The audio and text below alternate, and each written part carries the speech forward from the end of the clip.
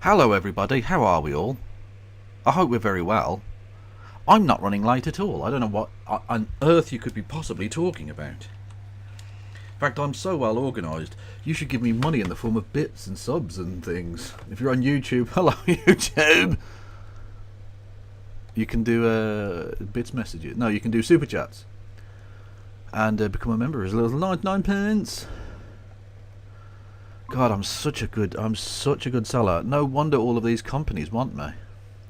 I did actually get offered a company.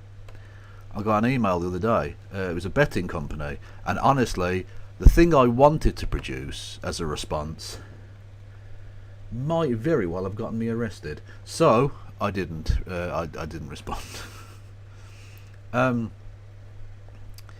Yeah.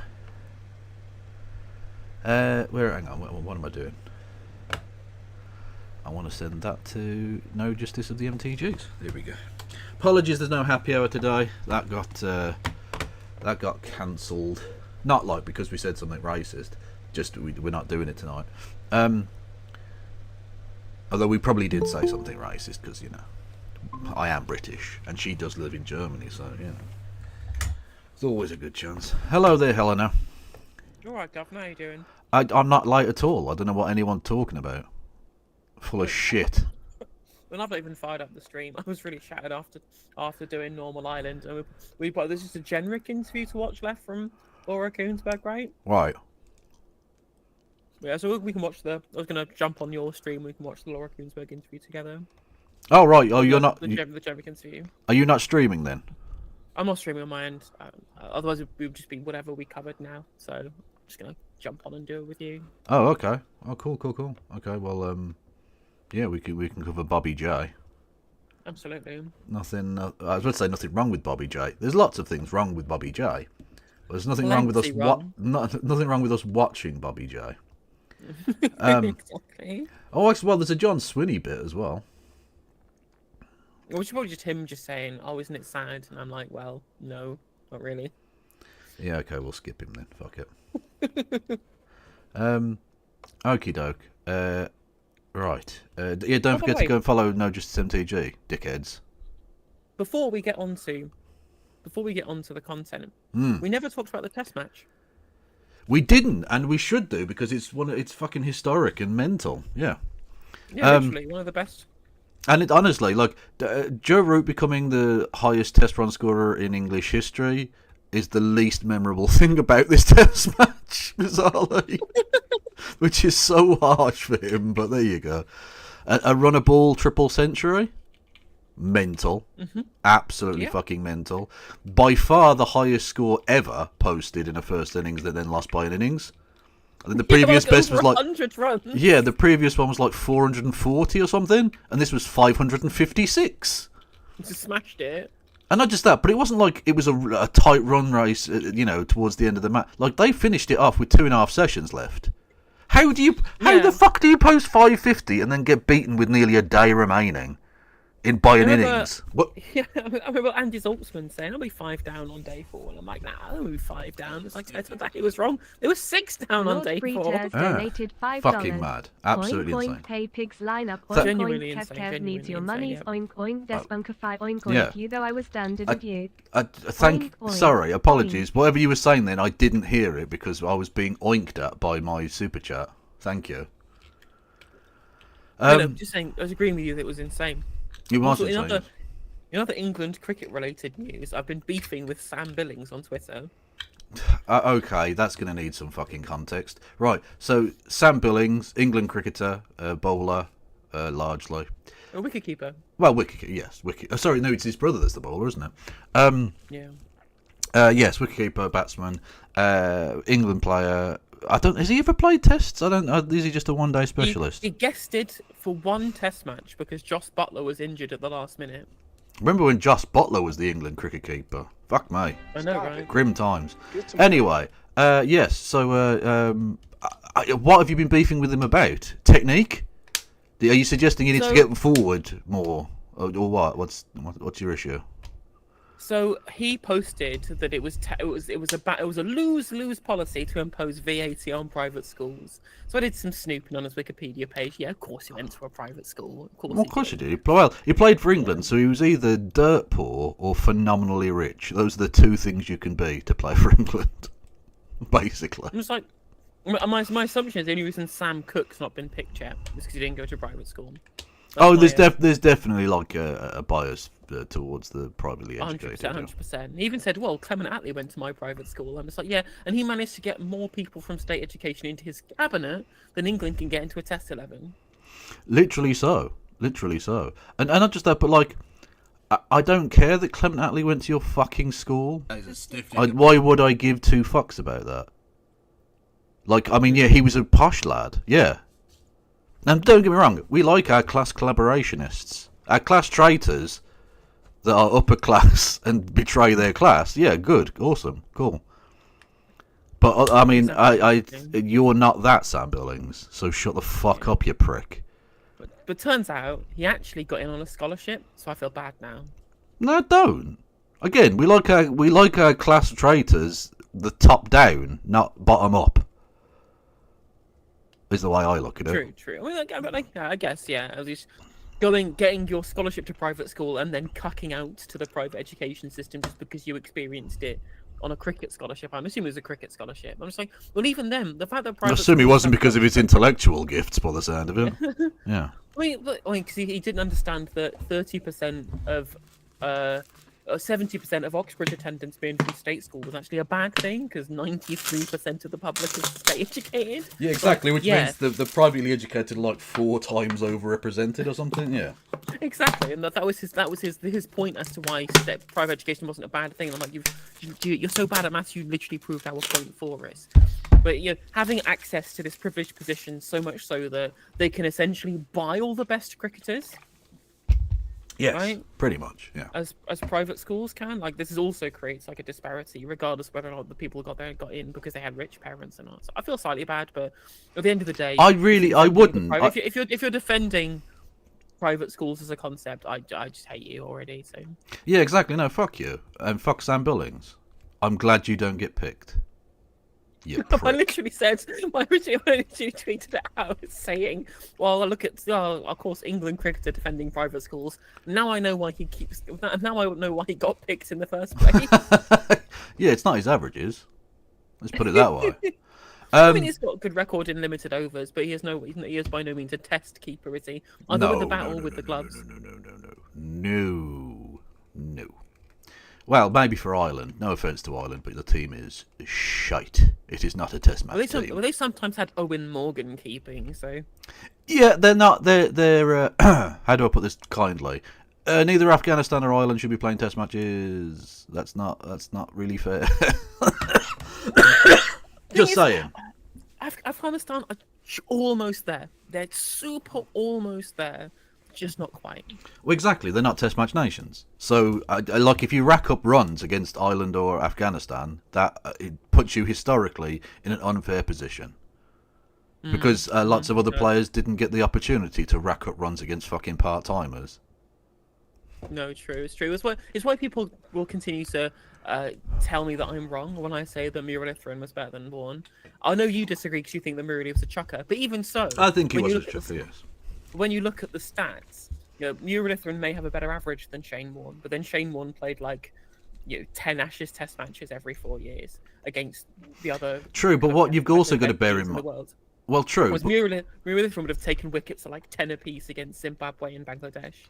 True, and what I think what you've also got to bear in mind is that Muralitharan played on pitches that did spin, whereas in Australia, Shane Warne have had a much harder time. True, or in England as well. England, it's been as much as the ragging pictures of Gaul or of. And I love England was so shit in the 90s that they used to produce green pitches to try and blunt Warne, and it still didn't.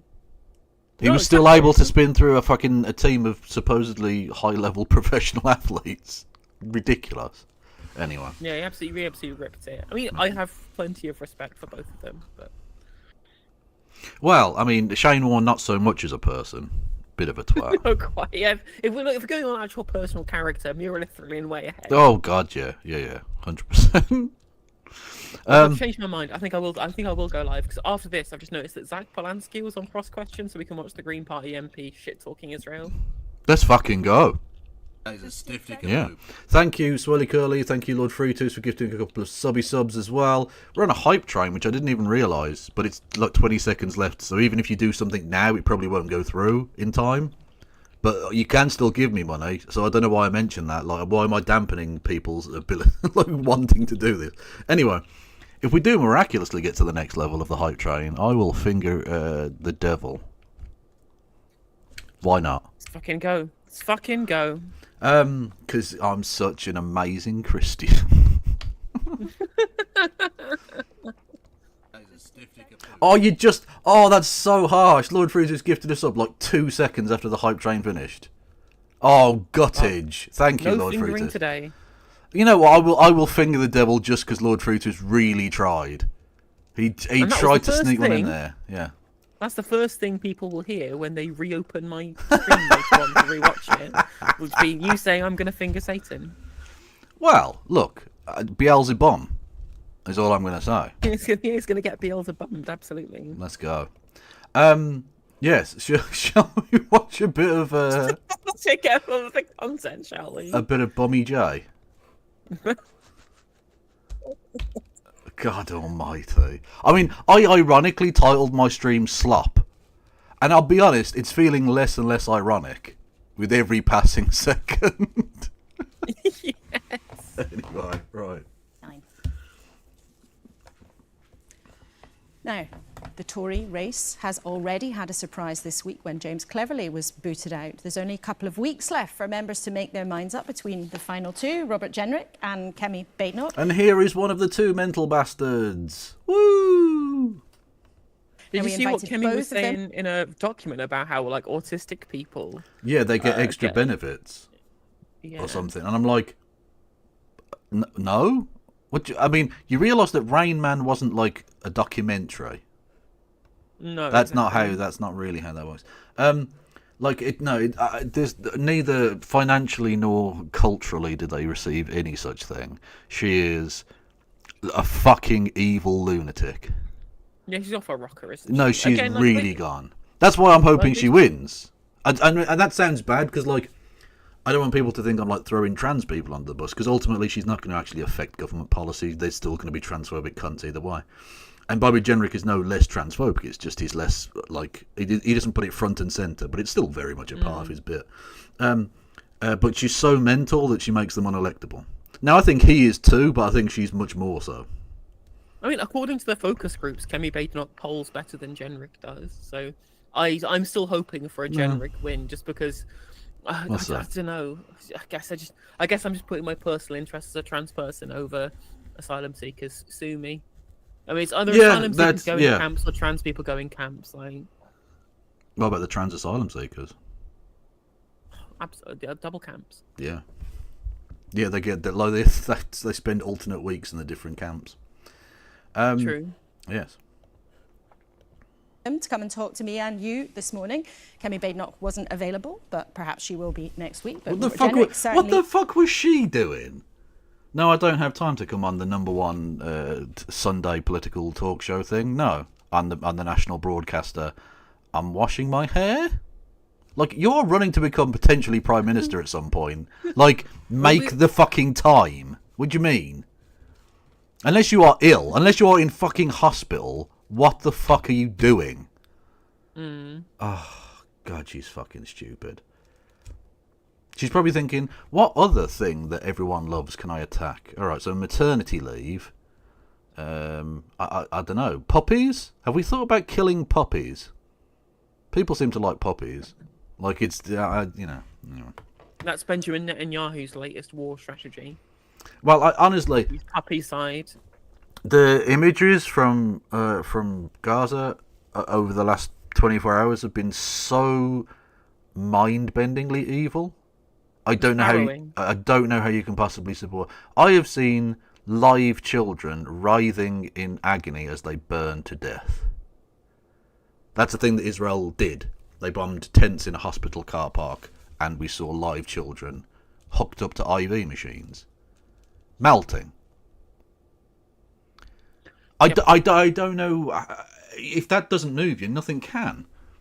Nothing can change who and what you are at that point. You're just a fucking monster. I mean, those images will be seared into my brain for as long as I am in existence.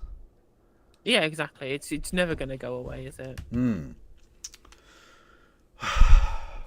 But, you know, our leaders will still shake their fucking hands. And again, that it fills me with Go off anger. a little yeah. Oh, well, we'll get the speaker to go on little trips to Israel with Isaac Herzog. Yep. Amazing. He is here and with us this morning. Good morning, Now, Laura. Good morning. Now, we talked to you a couple of weeks ago at the Tory conference, and you had plenty of questions from me. So this morning we're going to do something different. We've got some questions from our brilliant viewers, and they have an element of mystery around them. We're going to show you that you can pick questions from them in... Oh, so you can interview a Tory without sending them the questions beforehand. Oh, that's interesting. Wow, incredible. That's a novel Well, new technique. Well done. I don't know why they're bringing the "Have I Got News for You" wheel of news Yeah, that is a bit weird. to BBC Yeah. mainstream political dialogue program. It's not even the Wheel of News. It's the odd one out round. Oh, it is the odd one out round. Yeah. Yeah, the odd one out round. We've got a blacked out silhouette, the Republic of Ireland, two people at a table, and a cupboard. Like it's. order. So you might get a clue from some of what you can see there, but you can choose the order that you'd like to go in. So which one would you like first? Well, I'll go for this. I'm not quite sure where the number one is, but let's go for that one. Okay, question number one. Now, our viewers and you will no doubt recognise Richard Desmond. He's a wealthy businessman and Tory donor. Now, when you were... True, and I believe he was the man that inspired my favourite entry into Hansard ever, which was George Galloway, when Mr Hammond was actually donating to the Labour Party back in the day. And he was a Labour Party MP, and he described some of the titles that the pornographer produced, including, what was it, spunk-loving slots. Was was a literal phrase that George Galloway said, quite rightly. It's not an inaccurate title for one of his publications, apparently. And that's in Hansard forever now. Politically relevant, yeah. Up there with some of the great speeches of centuries gone by. Absolutely. Amazing. Disraeli right next to spunk-loving sluts. Yeah. In the name of God, go. Spunk-loving slots. The same thing. They're all equal. Housing Secretary in government, you have accepted that you approved £1 billion development of his unlawfully. Matthew, our viewer, wants to know... Why aren't you in jail? Why are you still a politician? You Why did- haven't you you did resigned something- in disgrace? You did something unlawfully for financial gain. Why aren't you in jail? What? Like, does the law have any meaning anymore? Or if you're just rich, it's just, no, you don't go to jail ever. I mean, well, the law has meaning. It's meaning exactly what it's meant for consistently ever since, time immemorial, which is that it only exists for poor people. Pretty much, yeah. Why did you rush through his reversal of the planning decision regarding Richard Desmond's project to save him tens of millions of pounds? So you accepted you made a mistake doing it, but why did you do it? Well, immediately after the 2019 general election, where we had been elected on a manifesto commitment, which was absolutely the... All I'm going to say is any answer that doesn't include the words, because I am a corrupt piece of shit and I love money more than I possibly love this country, is incorrect. It's a lie. Is a lie. It's just a lie.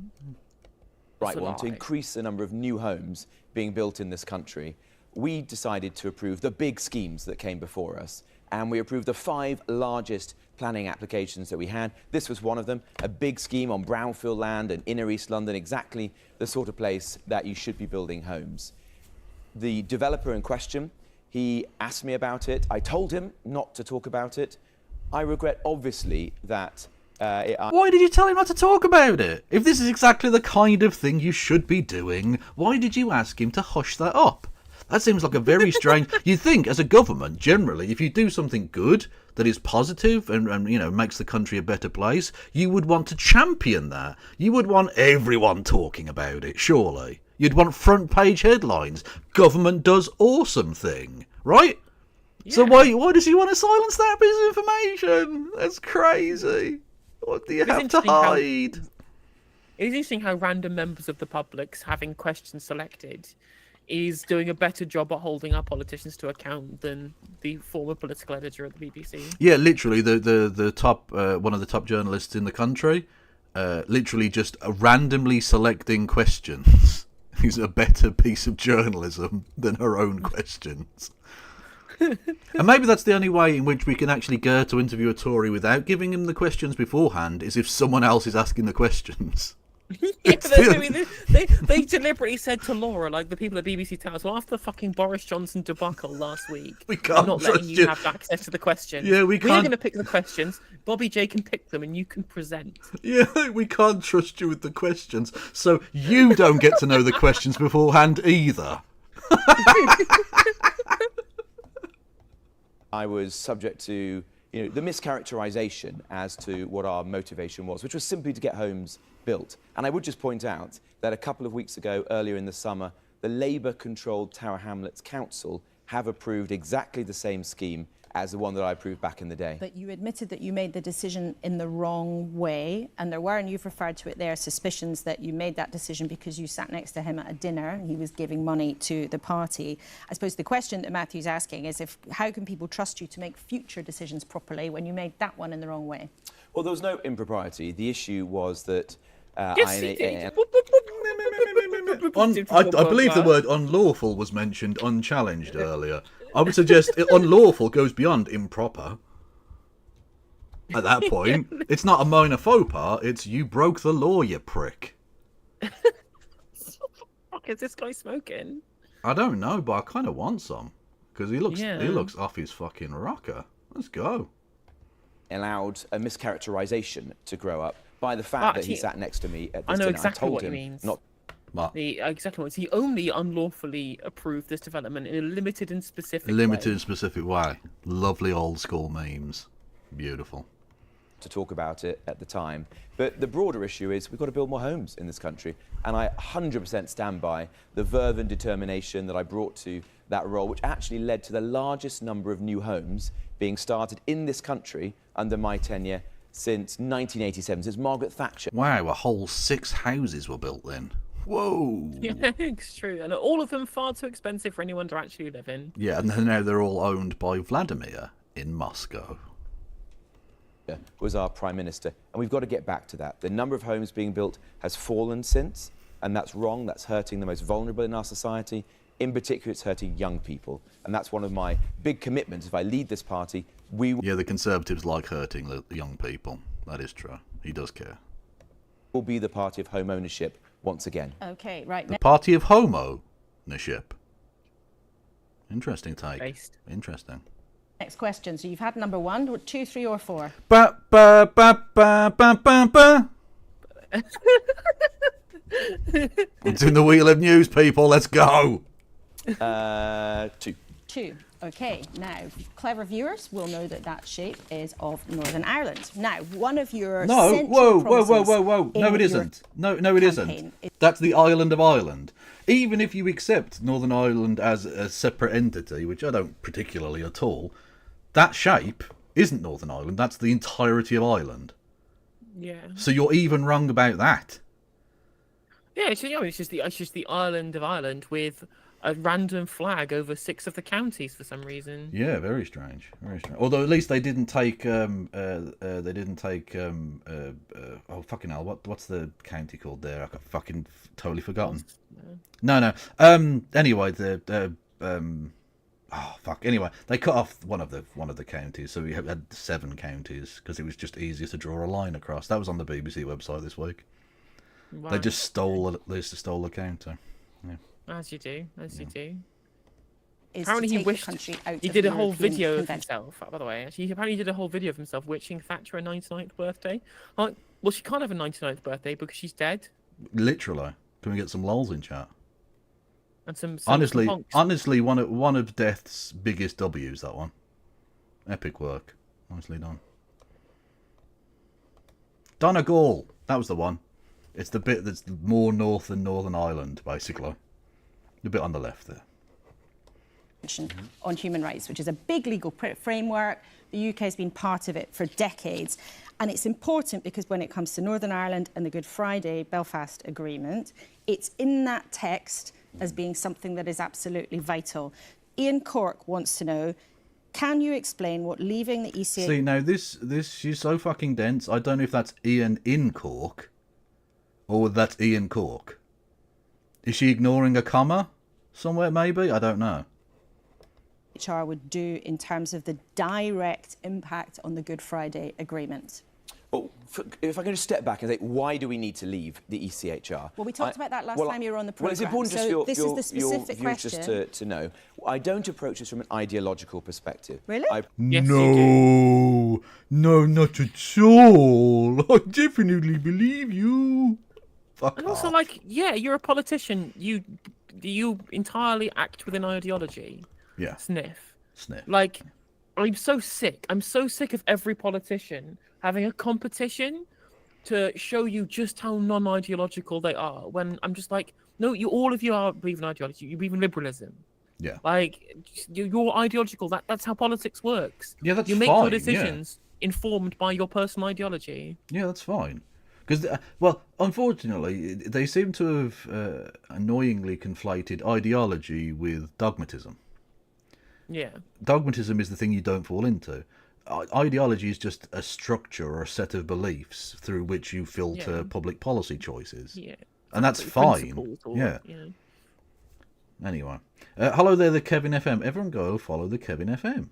Who isn't me pretending to be a radio station. It isn't.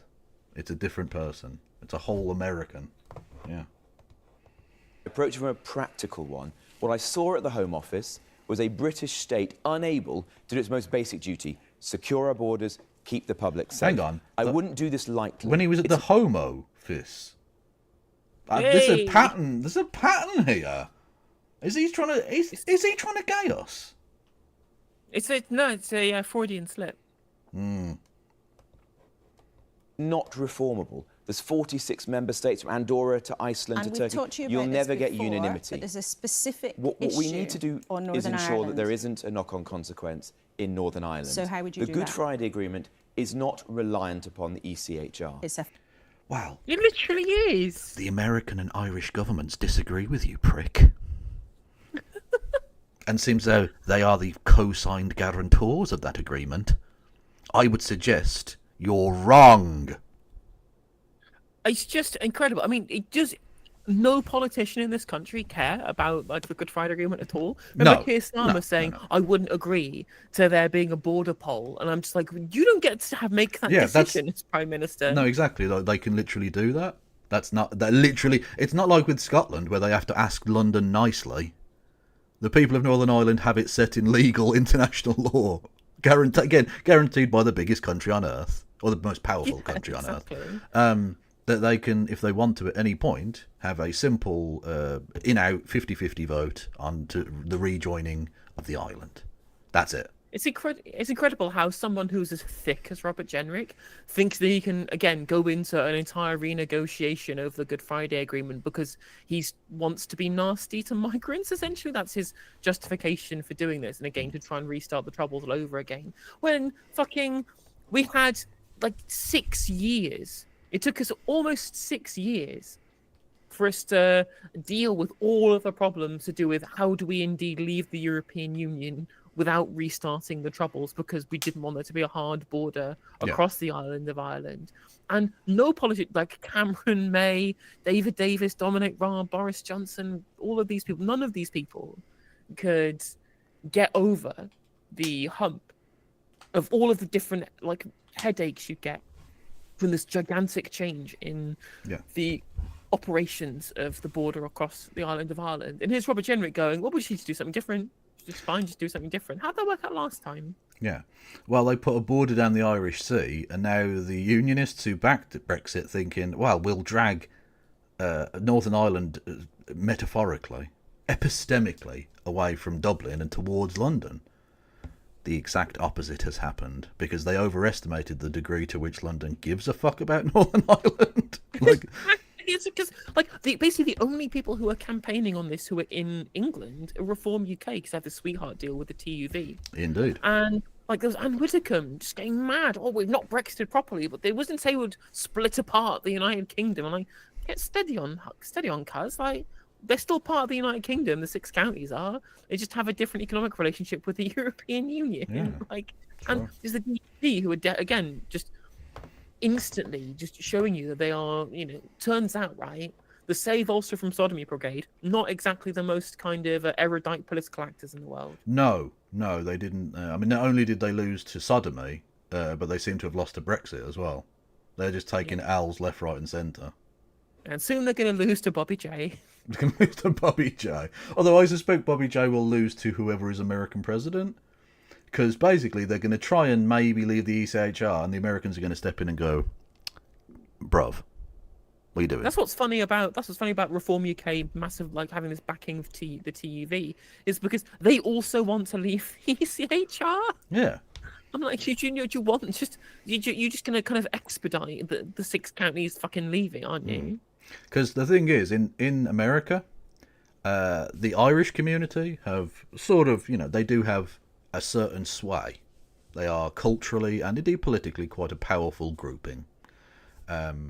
Whereas the English descendants are just like your basic white people who don't really associate with being English. So, when it comes down to it, who are they going to side with? Any American president with any fucking sense to them is going to go, you're not leaving the ECHR, because you've got a fucking international agreement that we signed 30 years ago, cunts. Deal with it. We don't enforce international law on Israel, but we do on countries that we don't give a fuck about.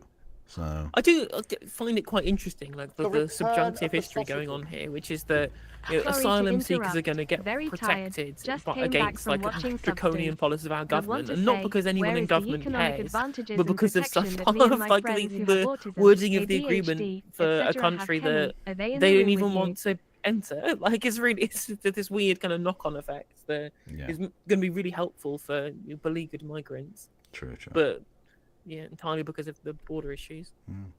Yeah, thank you, Kieran, for the bits. Yeah, and we did briefly touch on Kemi Badenoch's weird attack on autistic people. A very, very strange person, Kemi. God, again, she will either she or Robbie Jenrick will be the Robbie. I've never called him Robbie before. It's a mixture of Robert and Bobby, I guess. Anyway, Robbie J will be the death of the Conservative Party. Yeah, Rohak. Yeah, she mentioned she made up some nonsense about autistic people having societal benefits or something. And benefits at school as well. Yeah, apparently. which no, literally no. I don't know how else to describe. I don't know. There's no analysis necessary, I think, on that. Just I mean, incorrect. you might perform better at school, but that's just because autistic people tend to be smarter. Something to do with their being autistic. They tend to be smarter, and they tend to be hyper-focused on certain things. So if something like, a certain subject takes their grasp, they will often read far more than is technically necessary to pass that course. Yeah. Well, exactly. It was just, the problems come in from the interpersonal problems you get at school because they get bullied a lot. Well, exactly, And yeah. that's what the protection is there for, that she was moaning about. Yeah. But that's the Tory party. The Tory party is basically the party of bullies. That's the thing you've got to sort of work into your mind, is that they're just a party of pricks who want to bully and enjoy bullying people. I think bullying is like a natural and not good part of existence. Because they're not the ones who got bullied, I suppose. It's just a fucking... What's frustrating, right, is that I would love to have a public platform and just call Kemi Badenoch a monster, entirely recite all of the monstrous things that she said, because, of course, she is a monster. She clearly is one. She's clearly sociopathic to the nth degree. But that wouldn't do anything. Because Kemi Badenoch and her supporters wear me and people like me attacking her for the monstrous things that she does as a badge of honor. Yeah. They treat it like they have succeeded when it's telling the hard truth and people are getting triggered in response. It's the owning the libs thing, but in British parlance.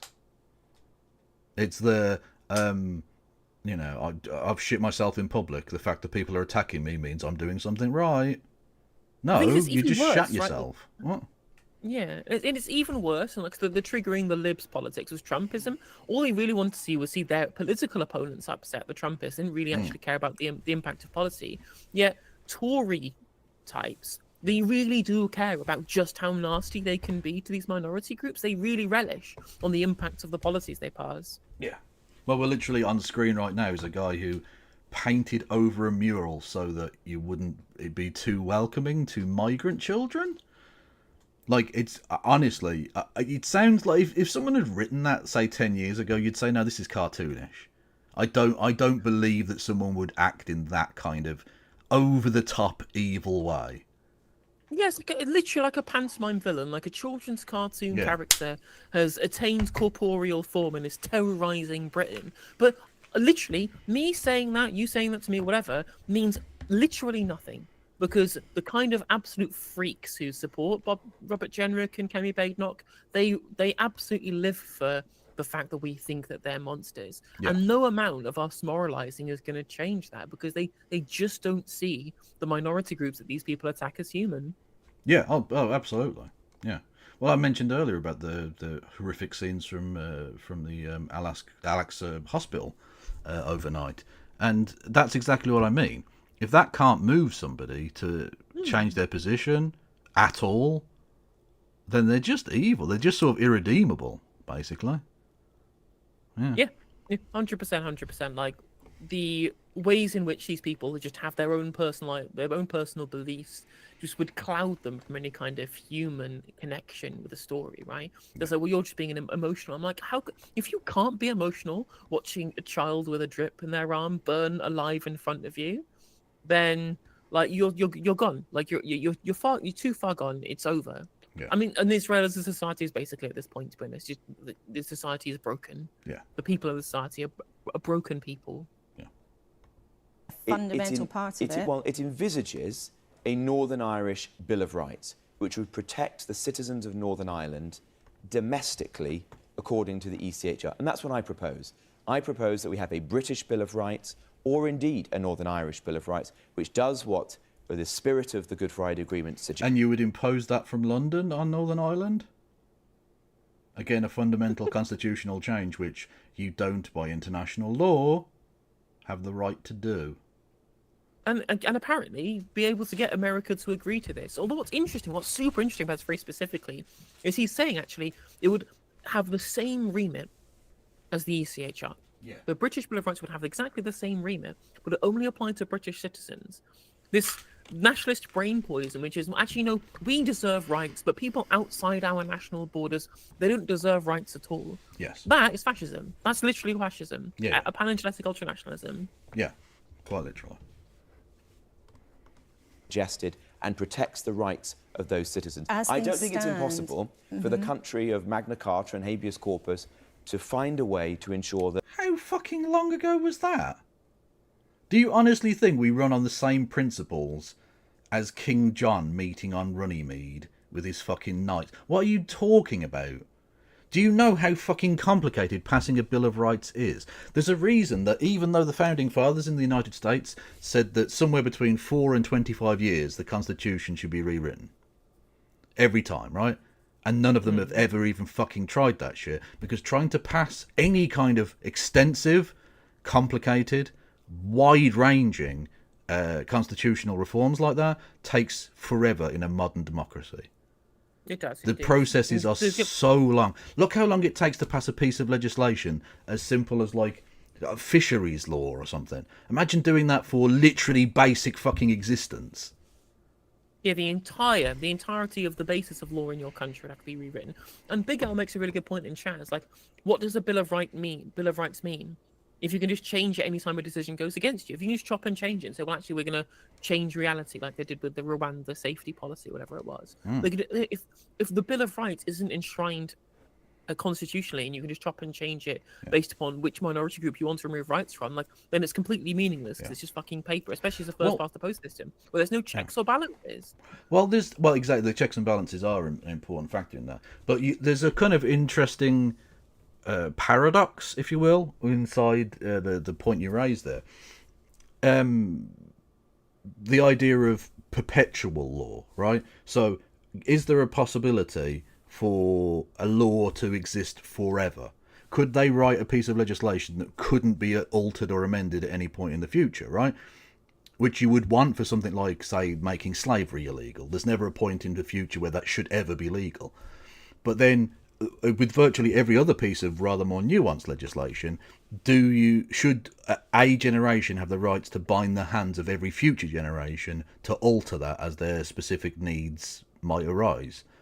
And there's a concept in British law about no parliament can infringe upon the rights of a future parliament, because they have to be able to act with freedom, right? So there's like a kind of paradox within the rights of each time period, I guess. Anyway, it's complicated law shite.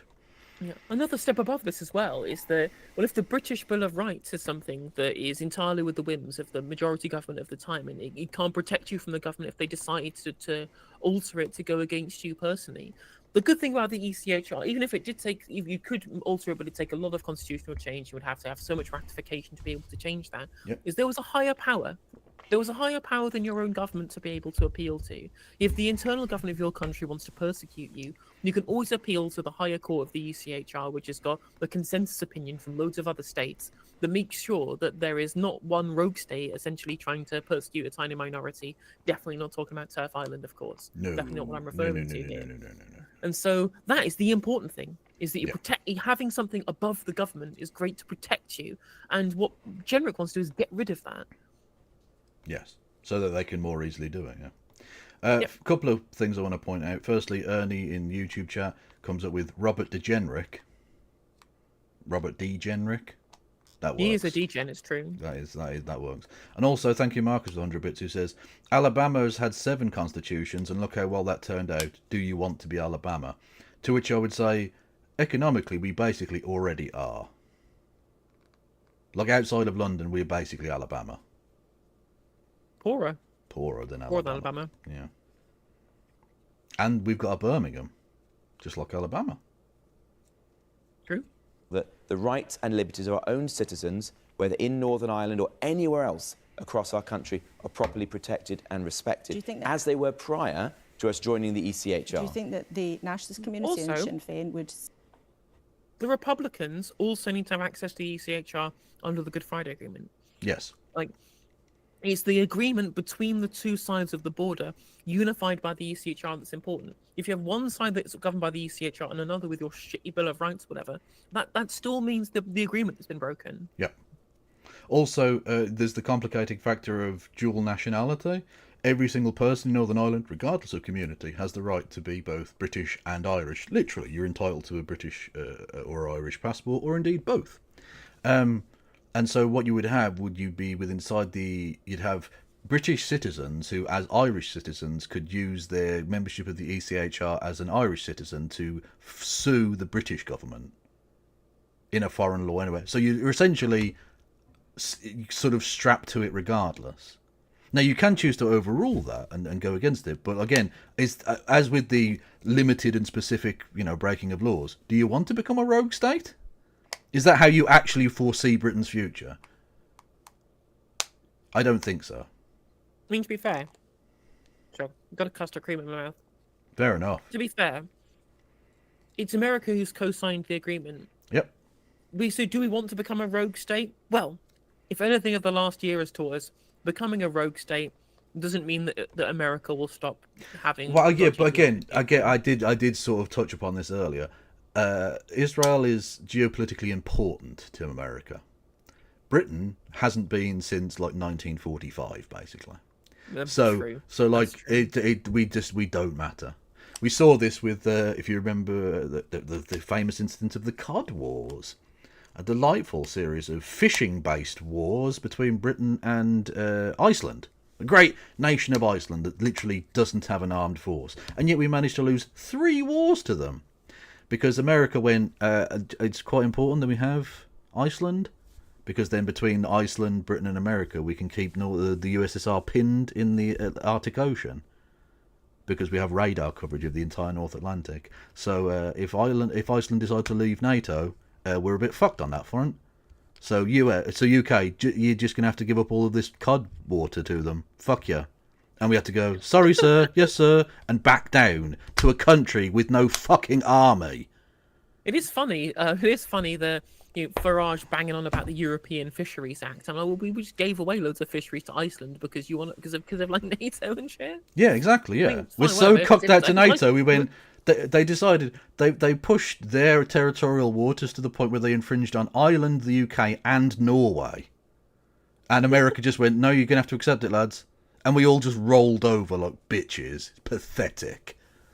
Fuck, man. Well, based, you know, So if you think for a second that they're going to side with Britain over Ireland, they didn't side with us over fucking Iceland. And that's a whole letter different. Jesus. Sit down and think, okay, they're going to accept a British Bill of Rights. I mean, you can say, oh, you just do another piece of legislation. But the Good Friday Agreement explicitly says that the ECHR is part of the legal framework there. Well, all enduring agreements require a degree of pragmatism, and you see that with the Good Friday Agreement in many different respects. I mean, for example, it speaks of a Northern Irish Bill of Rights, which in fact Tony Blair as Prime Minister chose not to proceed But with. as things stand, there's no chose way to for do a the Human UK Rights to come Act out and instead. Good Friday so there are still to different work. ways. Do you want to talk about why he decided to do that? It's because the practicalities of it. It would have taken up the entirety of his fucking 3 terms to try and pass a Bill of See? Rights. It's Tony Blair just being pragmatic but not ideological. True. Or, well, he was just being pragmatic, but like, not lazy. Lazy's not really the right word. Efficient? Not mental? Whatever, you know, whatever descriptor you prefer. There are different ways of resolving this issue. What I want to do is ensure the rights of Northern Irish citizens are protected domestically rather than reliant upon a foreign court in Strasbourg. And I say, I wouldn't do this lightly. It isn't a foreign court. We have more fucking judges on that court than any other nation. True. Literally, in the week that he started banging on about this, we elected 3 new ones to it. It's ridiculous. I'm doing this because I don't want to have criminals on our streets who we need to get out. I don't want terror suspects on our streets And or we've- in our prisons. and we've talked those about are that things that before. matter to people of all parts of the community in Northern Ireland, as it does to people And across we've the talked country. about that before, and here are some more questions. Right, but it doesn't matter if the people of Northern Ireland particularly have those concerns. We've signed an international agreement with the Republic of Ireland and the United States of America. We would need to consult with both of those nations, neither of whom are going to want to change that in the slightest. We saw that with Brexit. It's been fucking signed. It stopped bombs going off. So it's not going What would anywhere. Trump do? What would Trump do in this negotiation? In fact, fuck it. I have as Prime Minister Jenrick and President know. Trump. I just want to see them. I just want to see what the hell those idiots would Well, do. to about be the fair- complexities of the Good Friday Agreement. To be fair, Trump clearly doesn't give that much of a fuck about foreign policy. He leaves that to kind of, Jared Kushner to swan around the world pretending to be important. But during the Brexit stuff, he was president from 2016 to 2020. And at no point did America ever go, actually, Britain, yeah, no, it's fine if you just break that international agreement you made with us. No, that's fine. Yeah, go for it. So, like, he's a wild card, so you're never entirely sure. Maybe if Bobby J went to him with a particularly slicey little deal, he'd try it, but I don't think so. I think it would cause more problems for him than it would solve. I mean, Ben might have it actually. Maybe Jenrick is a secret Republican, and the plan is to give the 6 counties back through incompetence, just like Liz Truss was a secret Liberal Democrat, trying to tank the Tories from the inside. Well, she was secret And Republican kill the because, of Queen. course, she literally murdered the Queen. Not killed, murdered. Okay? Honestly, she put her hands round her neck and watched the life drain out of that bitch's eyes. And you know what? It gave her a certain thrill. I made, bitch. yeah, made it weird. Made it weird. From our viewers, so you've got 2 left. Which one are you going to Go for 3. pick? Okay, number 3. Now that shows you, look, alongside Ken Clarke during the referendum campaign, a somewhat younger Robert Jenrick and a younger Kenneth Clarke talking about the referendum. Now, one of our viewers has found that at the time you were signatory to a letter that said leaving the EU would lead us into a dystopia. Julie, Honestly, this bit might tank his leadership. Being anti-Brexit in the modern Conservative Party is like cancerous. It's become like an article of faith for them. Post That's why I like- Johnson.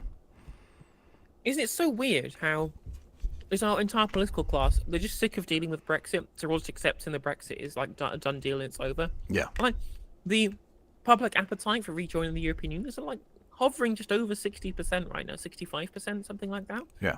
Which is a pretty large majority of people wanting to see us rejoin the European Union. Wes Streeting was going on Sky News today as well, so we have had this conversation. People don't want this conversation anymore. They're like, is that true? Is that actually true? I mean, the politicians don't, because they've seen the chaos it caused. It brought how many fucking governments did it bring down? Like, it was the biggest period of British instability, like, ever. We've had runs on the pound that did less fucking political damage than this. Like, yeah, exactly. And the thing as well is that if you were somebody who campaigned to stay in the European Union, and now you're full-throatedly backing Brexit, being like an ardent Brexiteer on this particular issue, like so many other politicians have changed their mind to being ardent Brexiteers because they thought it was politically convenient for them. How can you say, well, I was wrong beforehand, and I'm right now, given how fucking the state of the country post-Brexit?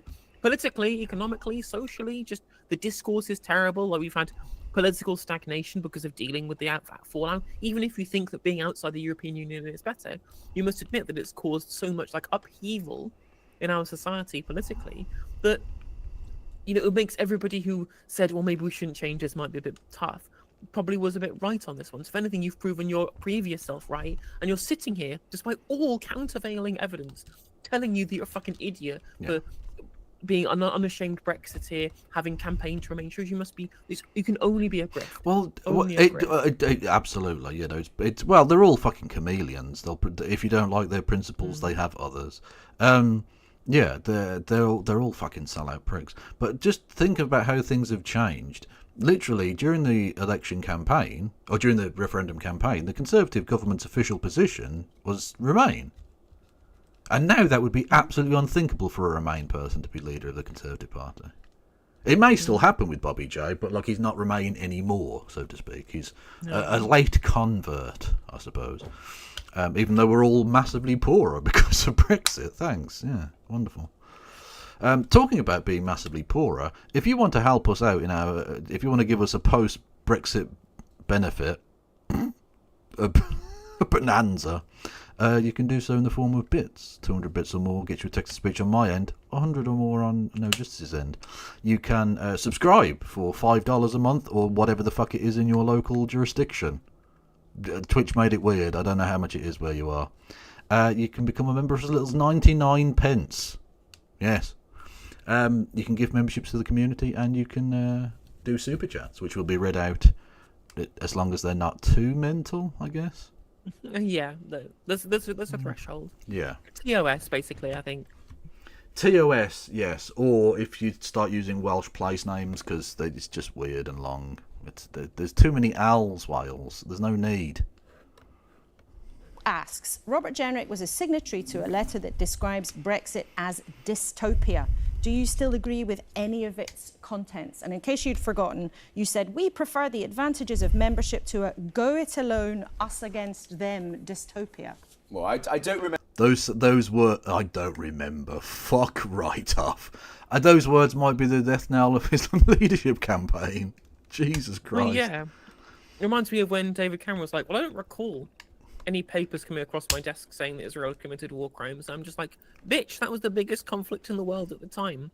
Exactly. The famous conflict in the world. Yeah. You don't just miss this. Exactly, yeah. You don't. I'm sorry, no. You don't get to pull that one on us, Bobby. I don't recall. It's amazing what politicians don't recall when it's convenient for them, isn't it? Very, very forgetful sometimes. And then very, very, very good memories when it suits them as well. Very good. Anyway, maybe you should have gotten the people who published that letter to hush that up as well. So you hush stuff like the WhatsApps. Yeah, except that one very specific WhatsApp that you can then recall. Anyway, thank you to James Holmes for gifting 5 memberships on the YouTubes. Much love to you, friendo. Remember that letter, but my view has changed, absolutely. Now, I was concerned that it would prove difficult for the British state to realise all the benefits of Brexit, and in some respects I've been justified in that regard. I'm sorry, all of the benefits of Brexit, you described it as a dystopia. What were the benefits exactly? Did you think in the dystopia? We've had a great deal of economic and constitutional disruption as a result of leaving the European Union, but I don't think we've gained all of the benefits, and that's what I want to see. And in my jobs Make as a Brexit minister, work. I've always fought to ensure that we do get the benefits of it, whether it's starting free ports, whether it's as immigration minister, ensuring that we use the levers of legal migration now that we've ended freedom of But do you movement to disagree gain with your control younger over self our then? borders. Do you disagree with your younger self? Who doesn't disagree with their younger self? My younger self was a wanker. Yeah, exactly. Who wasn't a prick at a younger age? Now, to be fair, he was middle-aged then as well. So, like, True. it's not Just came out of the womb being a fucking fusty bastard in a suit. true. Well, I would vote differently. I've said that on many occasions. I would vote differently if I had the opportunity today. I've seen, for example, on immigration, that leaving the European Union has given us something which we have not had before. Is there any single thing he won't just go, immigration, immigration, immigration, immigration? And even then, the small boats crisis was caused by leaving the European By Union. Brexit, yeah. Us removing ourselves from the Dublin Protocol meant that it's much harder to deport people now. Yep. Not that I think that that's a good thing, but in his world, where he would want people to, for some reason, always stay at their first point of entry and not travel to a country of their choice, as is their right under the asylum rules, under the Refugee Convention, like, you could use the Dublin Protocol to shift them back to like Lampedusa or some shit. True. But now we can't do that anymore. Also, talking of, we've talked in the past about how the Brexiteer people are essentially an amalgam of dickheads. Did you see that Donald Tusk, of course now Prime Minister of Poland again, has announced that they're soon going to be ending the right to seek asylum in Poland? Love it. Good. I'm sure the FBPE people will definitely call him out on that because he's not like a Brexit hero or anything. Or just like when 100%. Michel Barnier was appointed Prime Minister of France by Emmanuel Macron. Yep. Ian Dunn was like, what an incredible appointment. I'm like, bitch, that guy's further right than Macron is. Yep. So cool. Again, you know, along with Hungary, why is Poland still in the EU? Why? Like, they literally had anti-queer zones? In our history, which is the ability to control our borders and to have a proper philosophy as a country on our immigration system. Now, those decisions were poorly made in the immediate... A proper philosophy? That sounds dangerously ideological. Have you considered the practicalities?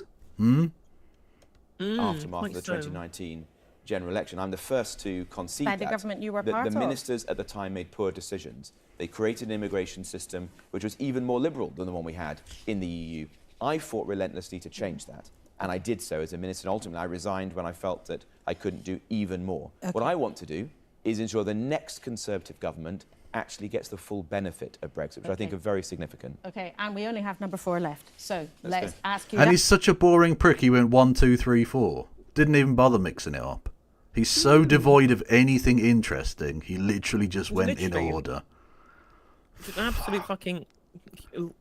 Just not human. Just a No, lizard in a he's human just a suit. robot, yeah. If he could have done it, he'd have gone 010001101110.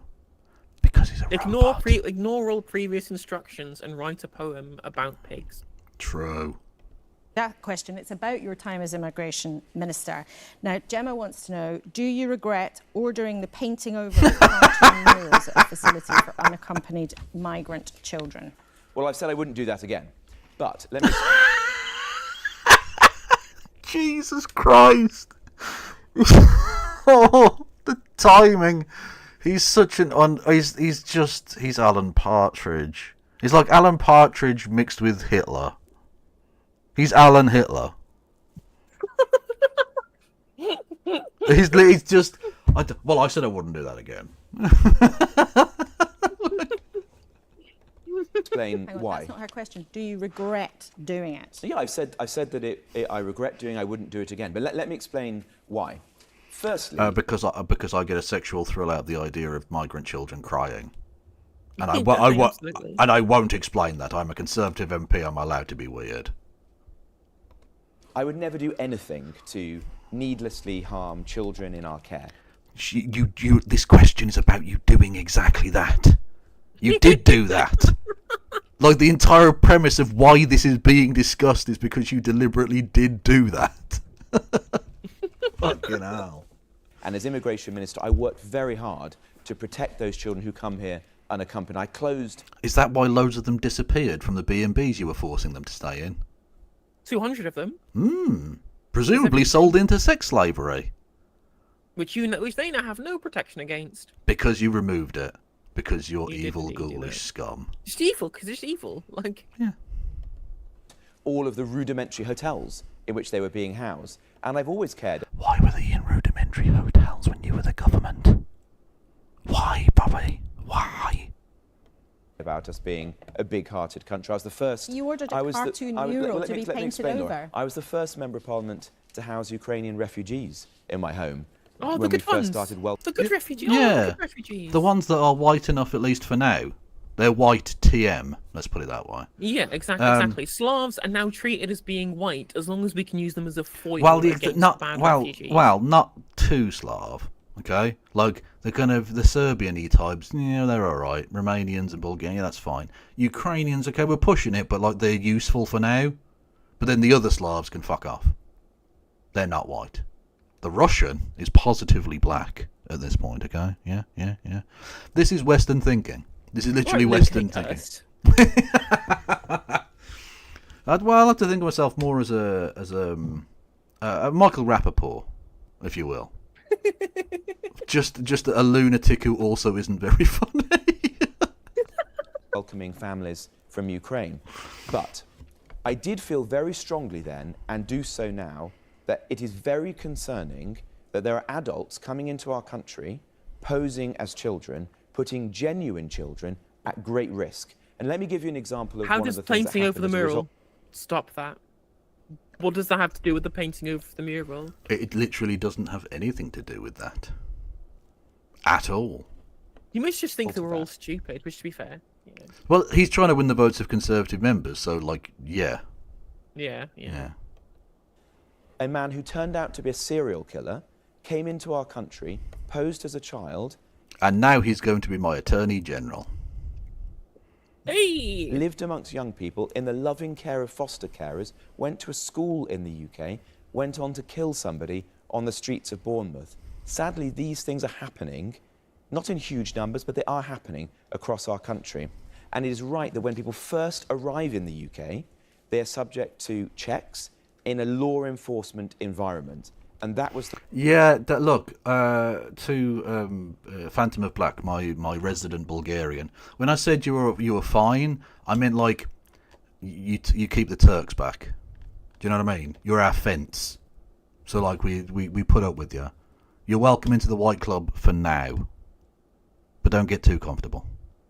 So is he trying to claim that painting over the mural of Mickey Mouse would somehow, like, break the spell that these pretend children have over people? As soon as the murals are gone, you go, wait, that's not a child. That's not a child. He's got a beard. He's 7 feet tall. No. He's disguised as a terrorist. You'll not be as a terrorist. You'll get us nicked. No, but I've got to cover my beard. True. Why is she covering her face? I dreamed to fly into them towers full of Jews and slags. It's do me RRA voice. It's such a good movie. Can I have 12 bottles? Can I get 12 bottles of bleach, please? So Honestly, people don't realise, by the way, when we are quoting a movie. We here, are, We're not yeah. just randomly saying like anti-Semitic things, Yeah. right? Jewish spark plugs. Yeah, exactly. There was a line in this movie called Four Lions, which is a black comedy about terrorists.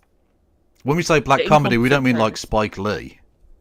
That's not what just for Americans, because when you say black comedy, they're going to think like, like it's a black movie. It's not. No, it's a dark comedy. A dark comedy, yes. Where Yeah, the dark comedy comic about- relief comes from the incompetence of terrorists. Yeah, it's a terrorist farce. Yes, indeed. And literally the phrase, is he a martyr or a fucking jalfrezi, has me in tears every fucking time. I know it's coming. I start giggling before he even fucking says it. Then he's literally holding a bag of the remains of his blown up friend. Look at me now, everybody. I'm a blowing a dog in a ditch, or I'm a P-word Rambo. Try. You even said P-word. Yes. I can't. I'm not going to say it. I'm not going to say it. Like, I know. ethnic slur. I know. If you want to see if you want to see Kaven Novak say it when he's allowed to say it, 'cause I'm clearly not.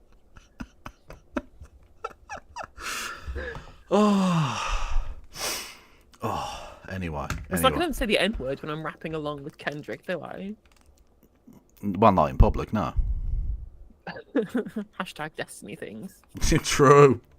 That's the point. We needed to ensure that was happening, and you weed out the adults who are posing as children to protect the actual children. I think that was the right decision. OK, well, Robert Jenrick, who was Immigration Minister, who was Housing Secretary, it's always good to have you. Okay, then that's an explanation. No, Laura, get back here and do your job. Do your job. Again, a better job with being done by the anonymous questions from the public than she. That's not an answer. It's not. He's not answered the question. He's just fucking said some shit. What are you doing? Okay. Just literally just say, how does painting over the mural stop that? How does painting over the mural stop them from posing as children? True. Oh, Americans do know what black. Okay. Well, I'm always reticent when the word black gets raised. I've got a lot of Americans in my audience. Like, we talked about the black country, didn't we? Which is, again, not a racial thing. It's just, it's weird. Anyway, so I was, when she said black comedy, I thought, don't, because that might be, I don't know. Americans are fucking mental. They call Laura, it. you've lost the news. True. Be with us in the studio, and thank you for taking the questions from our audience. And perhaps Is that an optical illusion, or is he a little boy? He looks like. I mean, clearly, what he has done is he's on Wes Streeting's list of people who apparently, I can't get this to fit on screen properly. Apparently, Wes Streeting is going to force fat unemployed people to get Ozempic. They're going to force Ozempic on people. Clearly, that might be something that Robert Jenrick's been first in the queue for. Well, if he's that small, is he an adult pretending to be a child? True. Yeah, exactly. And we can see that because there's no Mickey Mouse in the background. Exactly. Oh, you know what? He was ahead of the curve on that one. Fair play. Good public policy choice. You're not a monster, honest. they were tougher than the ones that we often ask here in the studio. Thanks very much indeed for joining us. Thanks. Well, let's see what our panel have to say Pause. about She admitted it. Yeah. She fucking admitted it. Yeah, tougher than the most of the. Yeah. So usually I'll give you a soft soak one, yeah, but no, I did actually ask you a couple of difficult questions, and even then it was really pathetic. But it's still a better interview than normal. Like, you didn't even follow them up. It's like, yeah, got some tough questions, but I allowed you to give non-answers that didn't answer the question. What's more sarcastic than a golf clap? Whatever that is, that's what she gets. Well done. Thank you, Del, for resubscribing. 44 months with Prime. That is a lot. That is a lot of Jeff Bezos' money. Thank you. He's got to be poor by now, surely. I imagine. Yeah. I don't give a fuck what Brian Cox has to say about that, really. Let's watch some Zach Polanski, shall we? Yeah, let's get the absolute Giga Chad on. Okay, so it's what was he on? LBC cross question. Yeah, literally, why are the audience questions tougher? It's your job, Laura. Yeah, that is literally pretty fucking pathetic. we have Peter O'Hanrahan as our prime time mainstream news journalist. Secretary last. We do. He said he didn't like it, but he'd have to accept it. Okay. Actually, it means hail me a taxi. I'm late for my flight. When you favourite response was, when you cross the road, Peter, don't bother looking. True. Did you remember the radio one they did? Where Peter O'Hanrahan is pretending to report from the World Trade Center during 9/11. Oh my god. That's spicy. That is a spicy cheeseburger. Oh my god. Yeah. It was really funny. Yeah. It was a radio-only special. If you just Google Peter Hanraha, like 9/11, it's very funny. Yeah. Britain's Conversation, Cross Question, with Ian Dale. Hello, very good evening and welcome to Monday's Cross Question. It's coming up to 2 minutes past 8 here on LBC. Let me introduce my panel to you. We have Anna Firth to my left, the former Conservative MP for Southend West. Next to her, Gwaine Towler, long-time former advisor to Nigel Farage during his time as leader. Yeah. Just yeah. Of UKIP, the Brexit Party and Reform UK. To my right, Martha Gill, columnist for The Observer, and to her right, Zach Polanski, deputy leader of the Green... I'm doing one of those stereotypical 90s Yeah. comedy routine We bits. stand. Yeah. Party, who is also a member of the London Assembly. They're here to take your calls. The number to call... Oh, yeah, I showed you, didn't I, in the DMs? I got followed by the Birmingham Green Party. You did indeed get followed by the Birmingham I've- Green I've- Party. look, Have you I've got joined the friends- Birmingham Green Party yet? I haven't yet, no, I will at some point, because I'll be honest with you, I am a feckless, lazy prick, so, like, I'll probably get around to it in years, or something, I don't know. Anyway, but, yeah, no, they followed me. I don't know why, because I don't, like, presumably it must be through you, I imagine. Yeah. Because I don't know, I've never interacted with them, so I don't quite know why they would. As well, I do follow my local Green councillor, so there might be an algorithm thing, I don't know, whatever. 0345 6060 973. Call 0345 6060 973. Tweet at LBC. Text 84850. Cross Question with Ian Dale. This is LBC. Well, welcome to you all. Let's start off with a call from James in Chelsea. James, hello.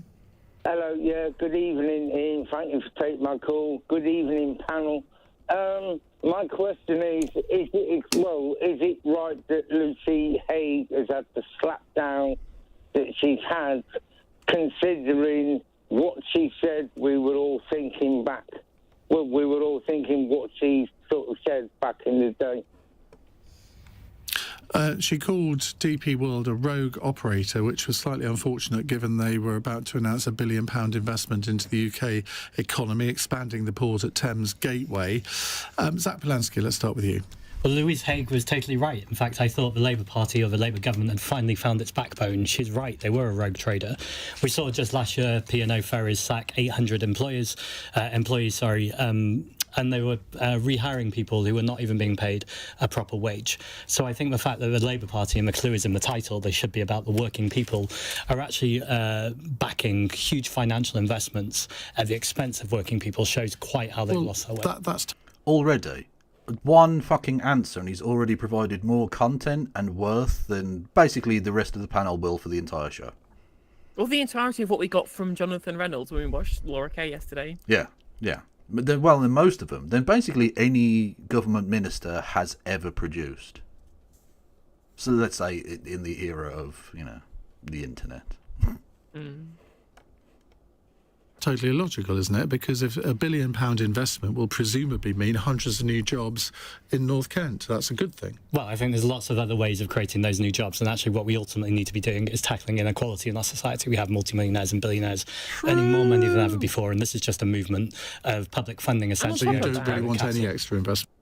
And on top of that, like, if this investment is such a guaranteed return, if there's such a guaranteed return on this potential investment, why wouldn't somebody who has, I don't know, a better record with their employment history, why would they not want to take up the investment in lieu of DP World? Yeah. If this is such a guaranteed return on investment, I'm sure somebody else would be very happy to put that money in, and also maybe not be criminals with employment law. Well, no, it's clear. No, look, because it's not like capitalists to want an absolutely guaranteed return on their investment and make lots of money, which is the reason that it's only DP World are doing this out of the goodness of their own hearts. We promise. True.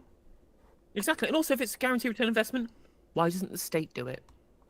True. If it's such a guaranteed return on investment, it's going to be such a thing that's going to create all these new jobs, right? Why doesn't the state do it? Very true. In this country, you don't agree with this summit taking place? I really want investment in this country, but the investment should be good investment that's tackling the climate crisis, that's good new jobs that are in trade unions, that are paid proper proper wages, with fair working conditions, but ultimately giving the money to rogue traders is completely the wrong way, and Louise Haig was absolutely right. Wow. Martha Gill. This goes to the heart of Labour's... Wow. Because he said a thing that, the Westminster bubble disagree with. So he's an extremist. There is the correct position, which is capitalists should be able to do whatever they like, and if you don't like it, you can fuck off and die in poverty. And then there's extremism. Simple. Oh, dear. Problem or dilemma... Did he ever wow at a Tory lying to him? I mean, he literally got mad with Zach Polanski for calling out some fucking IEA ghoul for being really fucking racist on Cross Question. God, but how dare you accuse my panelist of being racism? How about she stops being racist then? Like, would be not good. difficult. Dilemma, which is balancing workers' rights, which is something they promised in their manifesto, with wanting to be the fastest growth in the G7, which is a difficult balance. They have actually tightened up the rules, which mean that a repeat of the P&O scandal will be less likely to happen now. But I think what... Pause 1 second, Mrs. Observer Journalist. Oh, they're having to balance workers' rights with wanting to be the fastest growing economy in the G7. The fact that somebody who's ostensibly the centre-left participant on this panel is out here trying to make a claim that there's somehow some kind of contention between having good workers' rights and having high economic growth just shows you how cucked liberals are. Yeah, to the neoliberal 100%. establishment. 100%, yes. The government was doing, what Starmer was doing in distancing itself from that sort of inflammatory rhetoric, was trying to go to the other side and welcome investment. And indeed, once they did that... wow, capitalists are snowflakes. That's inflammatory rhetoric. I mean, if I could say what I wanted to say without TOS/legal repercussions, that would be inflammatory rhetoric. DP World has gone back on what they threatened to do, and they have actually invested. So I think this is just an example of the kind of compromise that Labour's been trying to do throughout this investment conference today. Anna Firth. Yeah, I mean, I think it's completely the wrong thing to say at completely the wrong time, and I bet the phone lines were red hot over the weekend. I mean, it was clear, wasn't it, over the weekend that the government was distancing itself from her comments. That's not to say that Ben Sharp just put the list of all of the people from the investment summit in the fucking chat, right? Mm-hmm. And if you scroll down, one of the ones that's been promised this investment is fucking Macquarie. The people who did the fucking debt, shareholder dividends paid through accruing debt in our water industry. Why are we giving these people access to more infrastructure? Why? Why these wreckers allowed so much access to critical parts of our fucking economy? Because the adults are back in the room. Oh, yes, true. Adults in the room. This is entirely the adults in the room. There is one correct opinion, which is capitalists can do whatever they like without repercussion and make lots of money, and everyone else gets poor and hungry and cold. And if you don't like it, you can die. And then there's extremism. Yeah, inflammatory rhetoric versus wrecking the livelihoods of nearly 1,000 workers. Which is worse, chat? Which is worse? Obviously, being rude and not being an adult in the room, clearly. Yeah. It doesn't sound like the sensibles. It doesn't sound like something they would do. So. No. I've got a bracelet that says, "What would James O'Brien do?" It's my guiding light.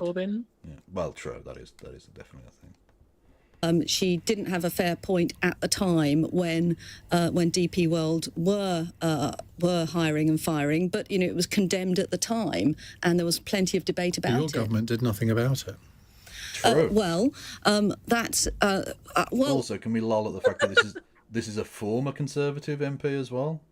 Lol. I love that she can't even answer the question properly. He's like, I'm like, yeah, no, of course you do, because you guys are fucking cucked as well. Yep. Less slightly cucked than Labour, but still, that means they're both cucked. Yeah. I mean, it was. Yeah, if you're in the cuck chair, it doesn't matter if you're 2 meters away or 1 meter and 98 centimeters away. You're both cocks. There was quite a lot of discussion about it at the time, and that it's certainly something Grant that we would have talked very tough, but in the end did nothing. Well, I mean, don't pause. It looks so bad. God, she's shit. Honestly, I don't think you're a loss to the great debating chamber, if I'm entirely honest with you. Quite so. Quite. Timeline here, and I don't know what might have been planned, what action might have been planned. I don't know what was in Grant's head. You're right that nothing actually changed at the time. But the point here is, here today we had a major investment summit. Whatever colour you wear, we wanted to talk up Britain today. Well, as we're talking about colours that are being worn, that is the ugliest fucking suit jacket thing I've ever seen. It's Brat.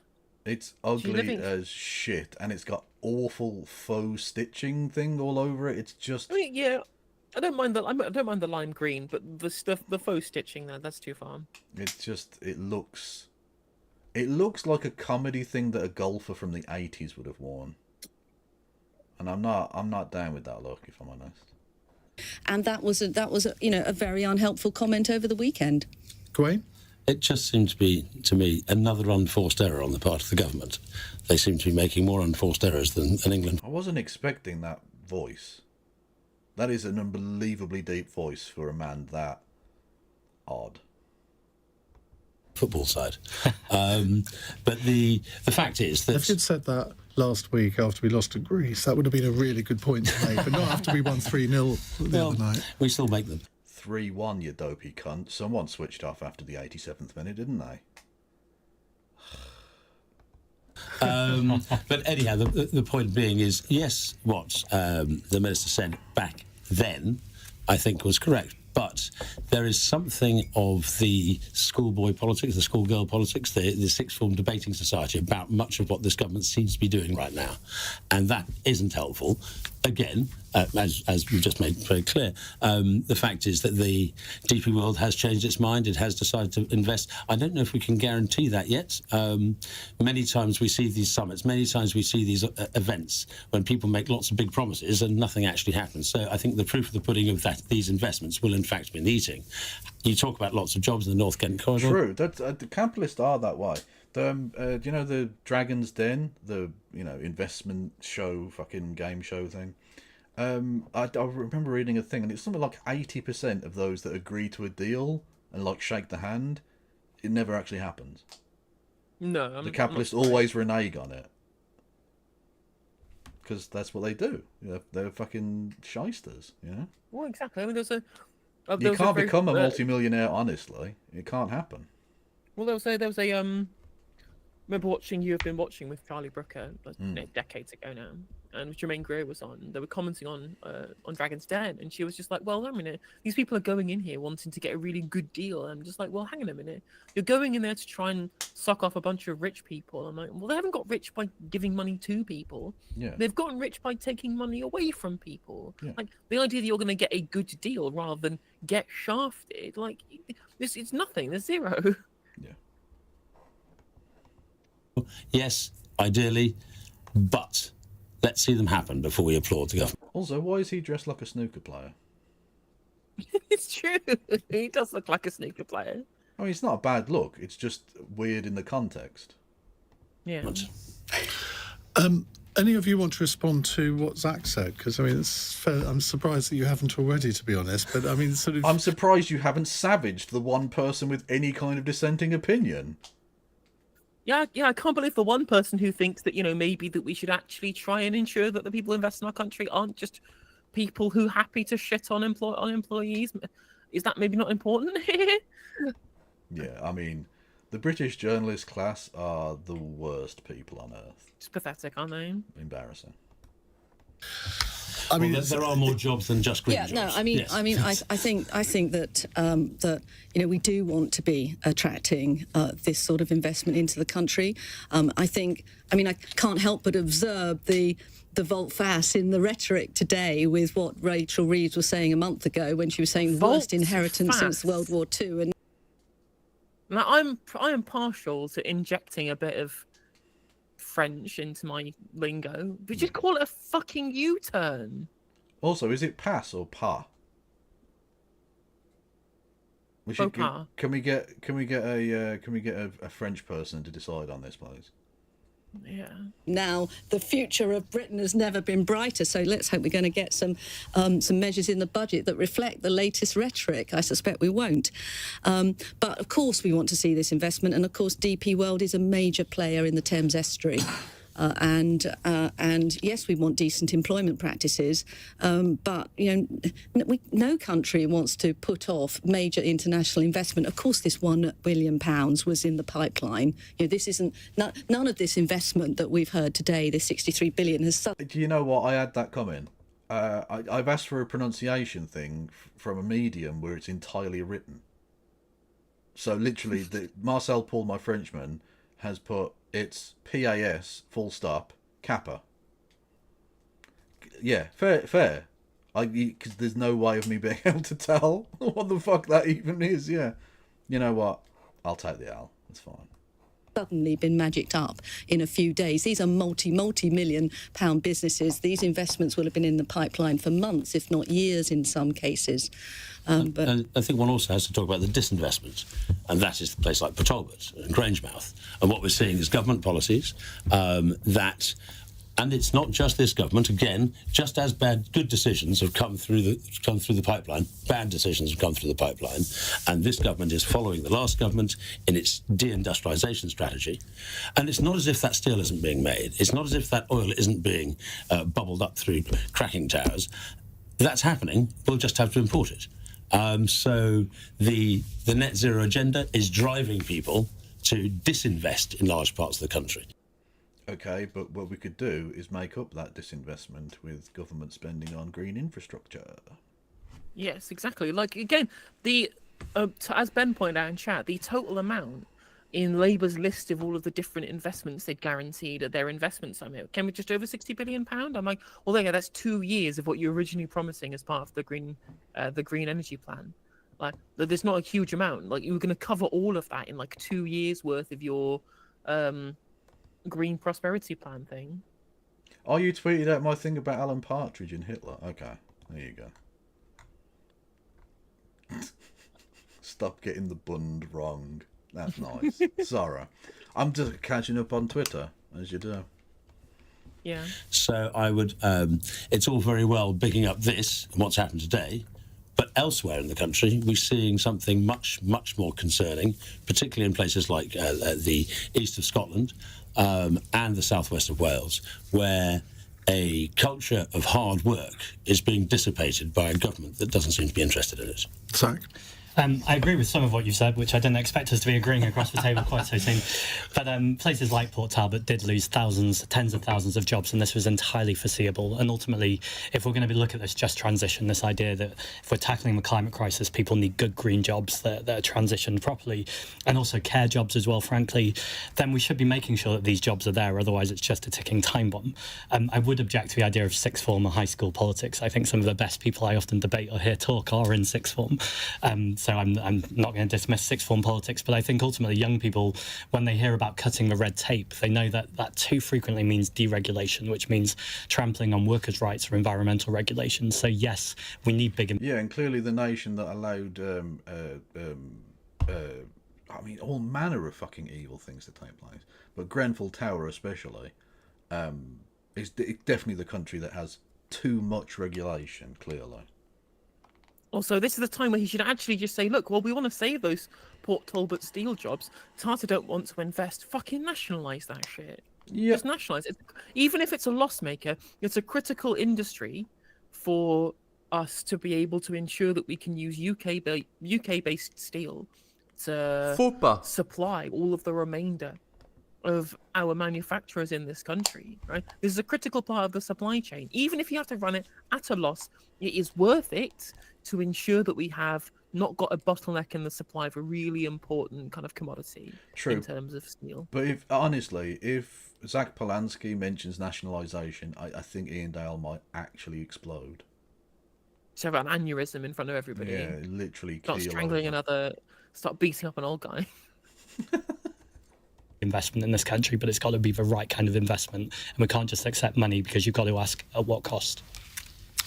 Right, follow-up text here from Jamie, who says the Transport Secretary's comments on a transport... Sorry, the Transport Secretary comments on a transport matter, but apparently what she says isn't the government's view.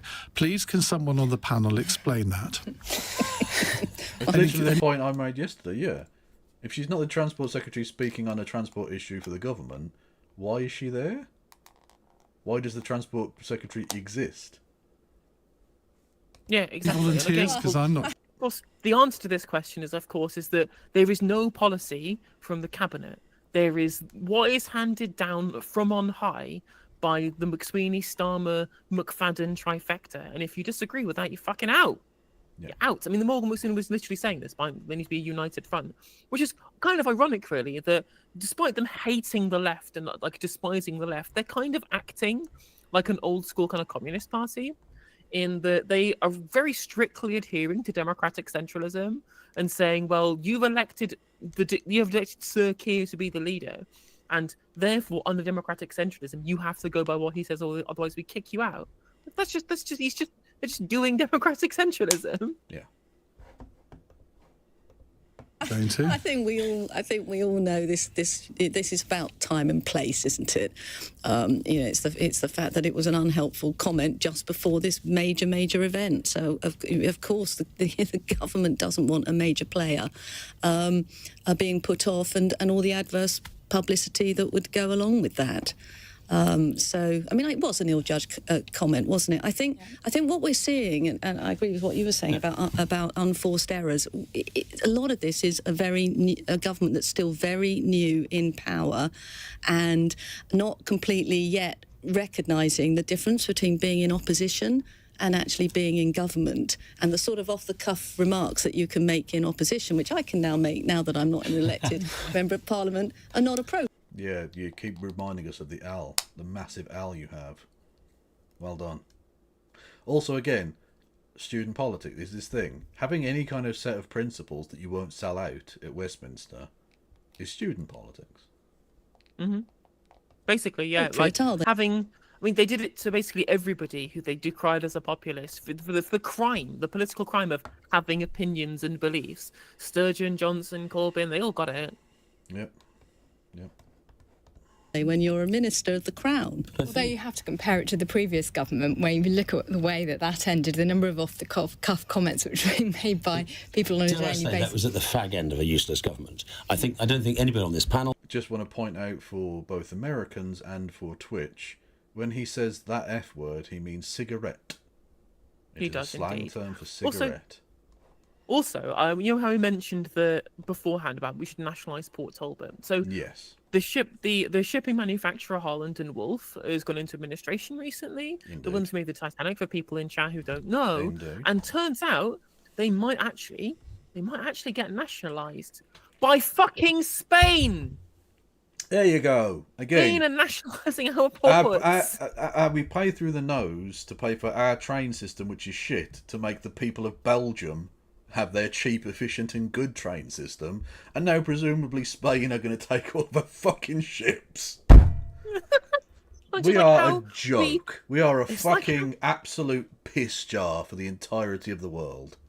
And it's just like, they're going to go ahead with the expansion into Rosebank oil field. I'm like, is that going to be for the benefit of Britain? No. In fact, it's going to be for the benefit of the state-owned driller of Norway, Equinor, so they can fund their NHS with our oil money. And the other half of it is Icarus Energy, which is owned by Delek Group, which has already been exposed as using its money to finance illegal settlements in the West Bank. So good. We're going to explore Rosebank oil field, and we're going to pay for the public sector in Norway and for actual international crimes. Great. Brilliant. Are you aware of a concept of clopping? No. Okay. I won't bother making that reference then. I'll just say we are the piss jar of Europe. With a piss jar, literally. Yeah. Just everyone piss into the thing. That's Britain there. Yeah. Absolutely. And I'm sorry, it may have been painful, but anyone on this panel did not know 2 years ago that Labour was going to win this election. No, but they've had 2 years to get themselves together, 2 years to sort themselves out, 2 years not to be shocked by being in power. And okay, but like you're a Farage twat.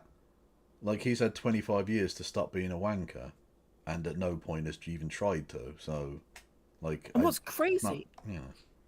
And what's crazy about all of this is that the public supported them. The public backed them when they were in opposition, making correct statements about P&O as being a rogue employer and Keir Starmer describing their actions as disgusting. Right? Their preparation for government should have been, well, how do we ensure that we can get investment from somewhere else? If DP World decide to, about face on this and U-turn, if we want to but we can maximize the public sentiment that's going to go with us for what is clearly a fucking gigantic employment tribunal waiting to happen.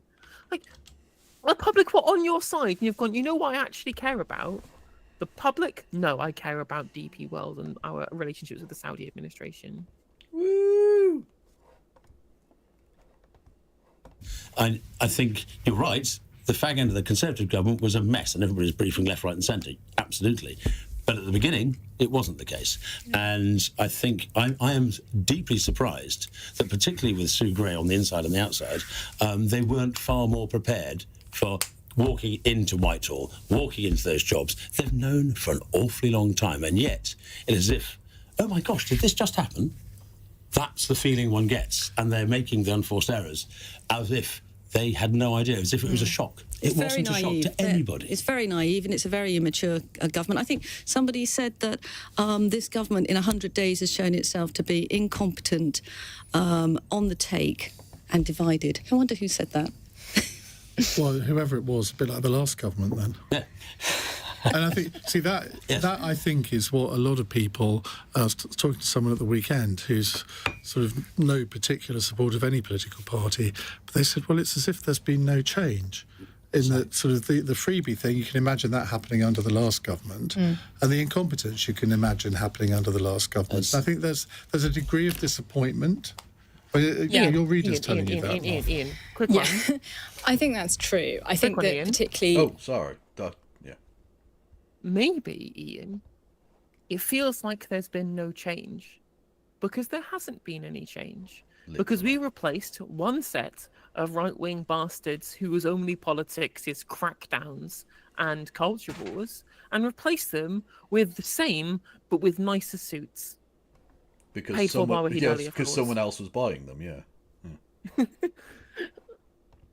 If you look at Starmer's announcement in the Rose Garden that basically everyone coming into government with a far higher moral calibre than the people going out, and then you realise that actually they're just... well, perhaps not just as, but they are also subject to the kind of behaviour that the system of government currently allows. So you can't... Again, Liberals are such fucking embarrassments. They're so shit. You can't even just say they're corrupt. They're subject to the kinds of behaviour that the system allows. They're corrupt. You can't just say they're corrupt.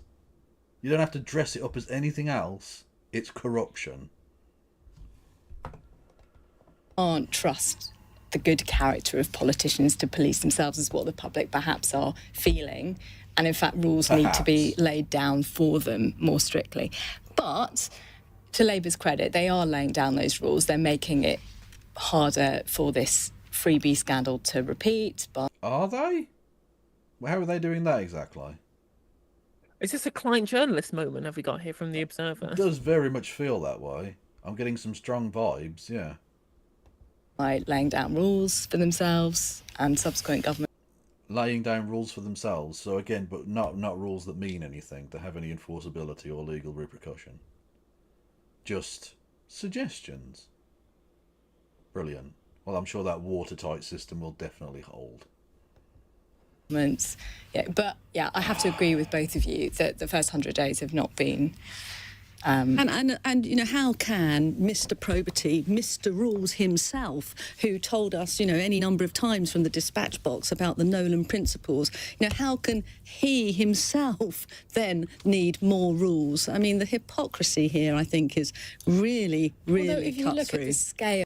The hypocrisy is bad, but also you were part of a government that literally fast-tracked ministers' mates down the pub for $1 million or £1 million contracts.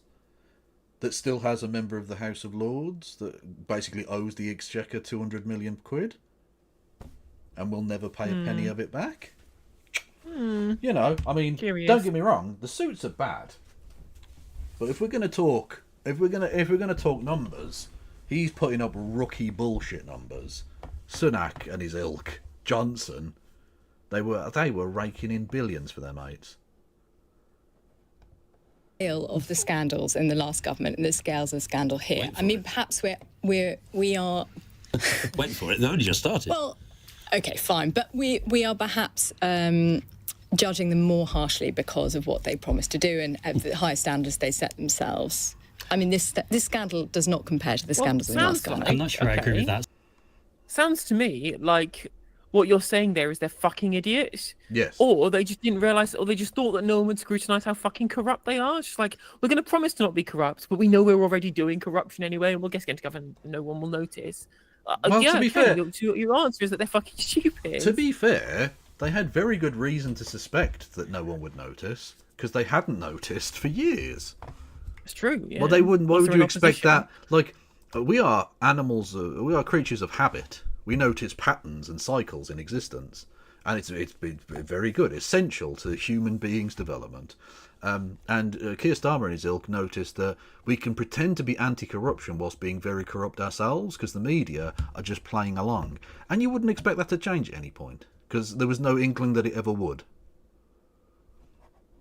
And they thought, well, as long as we're not stealing quite as much as the Tories, we'll probably be all right. Turns out not, though. Turns out not. No. But to the person who asked, the person in red is called Martha Gill. She is an economist, not economist, a columnist for The Observer. That's a quadrature I capital. actually just made this, a similar mistake to Che Guevara and Fidel Castro. Briefly, Che Guevara became the head of the Cuban bank after the Cuban Revolution, because they misheard. Fidel Castro asked a government meeting for an economista, which is similar to comunista, and Che Guevara put his hand up. And rather than going, oh, that's a silly mistake, isn't it? And then choosing an actual economist, he went, yeah, that'll be fucking hilarious. And so for 6 months, he was the head of the Bank of Cuba. Love it. Didn't go well, though, to be fair. No. Can we skip back 5 seconds so I can catch the start of what Zach was saying? Oh, sorry, yeah. This scandal does not compare to the scandals in the last government. I'm not sure I agree with that. So Quadrature Capital donated £4 million to the Labour Party. They donated it when the election was called, in the 1 week window where they wouldn't have to declare it until after the election. They're a hedge fund based in the Cayman Island, and they have connections to arms trade, private healthcare, oil and gas. You know, the whole bad gang are all there together. And I think if you have vested interest from a political party, then the rules can only go so far. This is ultimately about character and who they're being bought by. He's not even in the kitchen, and yet the motherfucker's cooking. Yeah, he's cooking up a storm here. I mean, it's true. He didn't even mention Rachel Kite, the member of the Climate Advisory Board at Quadrature Capital, and then suddenly became a climate envoy for the Labour government. I wonder how that happened.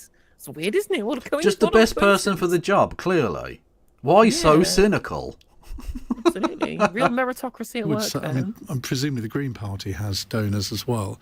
And you would sit here, no doubt. Right, but there's a difference between having donors, which is fine, because we don't have publicly funded political well, not entirely politically funded. There are things like political adverts during elections, but like the running and maintaining of the bureaucracy of a political party is not publicly funded. So you do need either individual people or occasionally maybe a business or whatever. It's what do they get back for that? And clearly there are quid pro quo taking place where people give money to the Labour Party in exchange for positions.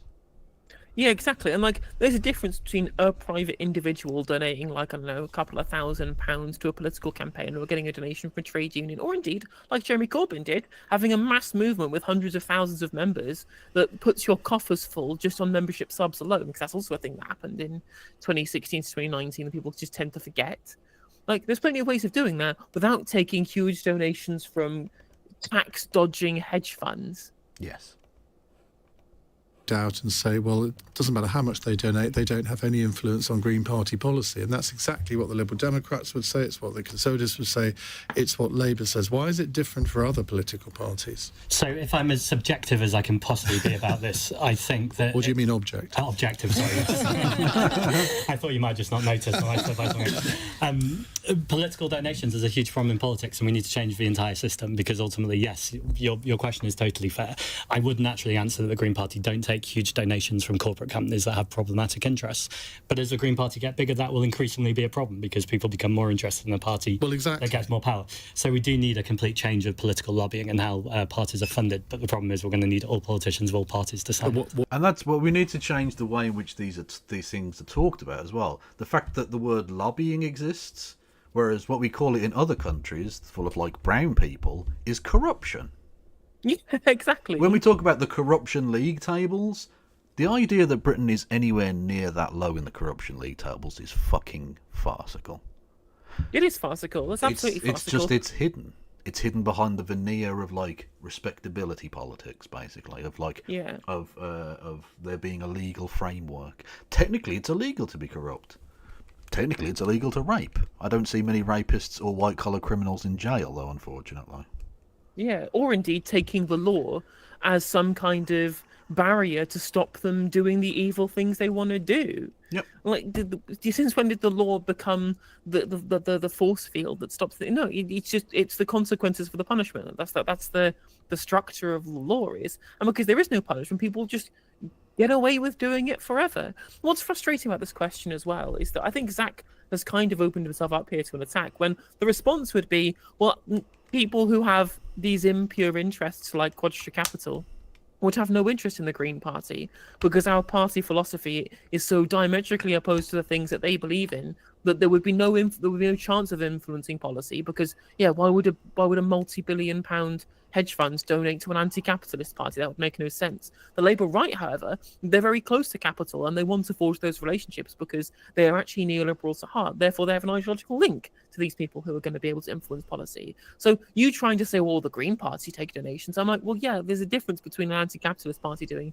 so and a capitalist one doing so. The Green Party aren't really anti-capitalist. They're not necessarily massively pro-capitalist, but they're still essentially social democratic, right? I mean, they've changed their outlook since 2019. There was a motion at conference to claim that capitalism and ecology were not compatible, which I think was a good move forward. That's fine, and I certainly agree with that point, but I don't know that their policies, like their taxation policy of like taxing the rich slightly more, like they're doing social democracy, and that's fine. That would be a massive step forward for Britain, frankly, from the fucking hellscape we put up with for 50 years. But the talk of them being anti-capitalist, I think, is a bit, at the very least, premature. Well, Jeremy Corbyn, all he wanted to do was social democracy, and people would balk at you trying to say that he wasn't an anti-capitalist. And they'd be also wrong. Is my point. People balking at criticism of Jeremy Corbyn is not massively new. That's fine. And, by the way, perfectly justified given that so much of the criticism of Jeremy Corbyn was so bad that people became reactive to that in a not necessarily always productive fashion, but a perfectly understandable one. What you mean is taxpayer funding of political parties. Well, I think if that means that we get better public services, that the NHS is protected, that we have a proper policing system. But why would we? Just because the taxpayer funds political parties? Because I think we'd have better choices in the interests of people rather than huge corporate companies with vested interests. Well, it'll be interesting to see because I don't... Well, great comeback. You had a great argument to that. Well done. Well, what's interesting as well is that he says something perfectly reasonable, saying that, well, hang on, if we didn't have corporate vested interests in charge of all of our political parties, maybe we would have things done in the public interest rather than in corporate interest. And you can tell Ian Dell in his mind is going, this person's a fucking idiot. This person's this immature nonsense politics. Student politics! Yeah, it's student politics. And I'm just like, nothing is wrong with what he said there. Your brain is fucking fried from a lifetime of being part of the political and media class. And your imagination for a potential world that improves upon the one that we have right now is so slim and might as well be non-existent. It might as well have taken as much Ozempic as Robert Jenrick. True. don't see any appetite among Labour MP. I mean, we haven't got a Labour MP on the panel, as somebody points out here, saying, Mr Dale, as usual, no Labour representative or the government.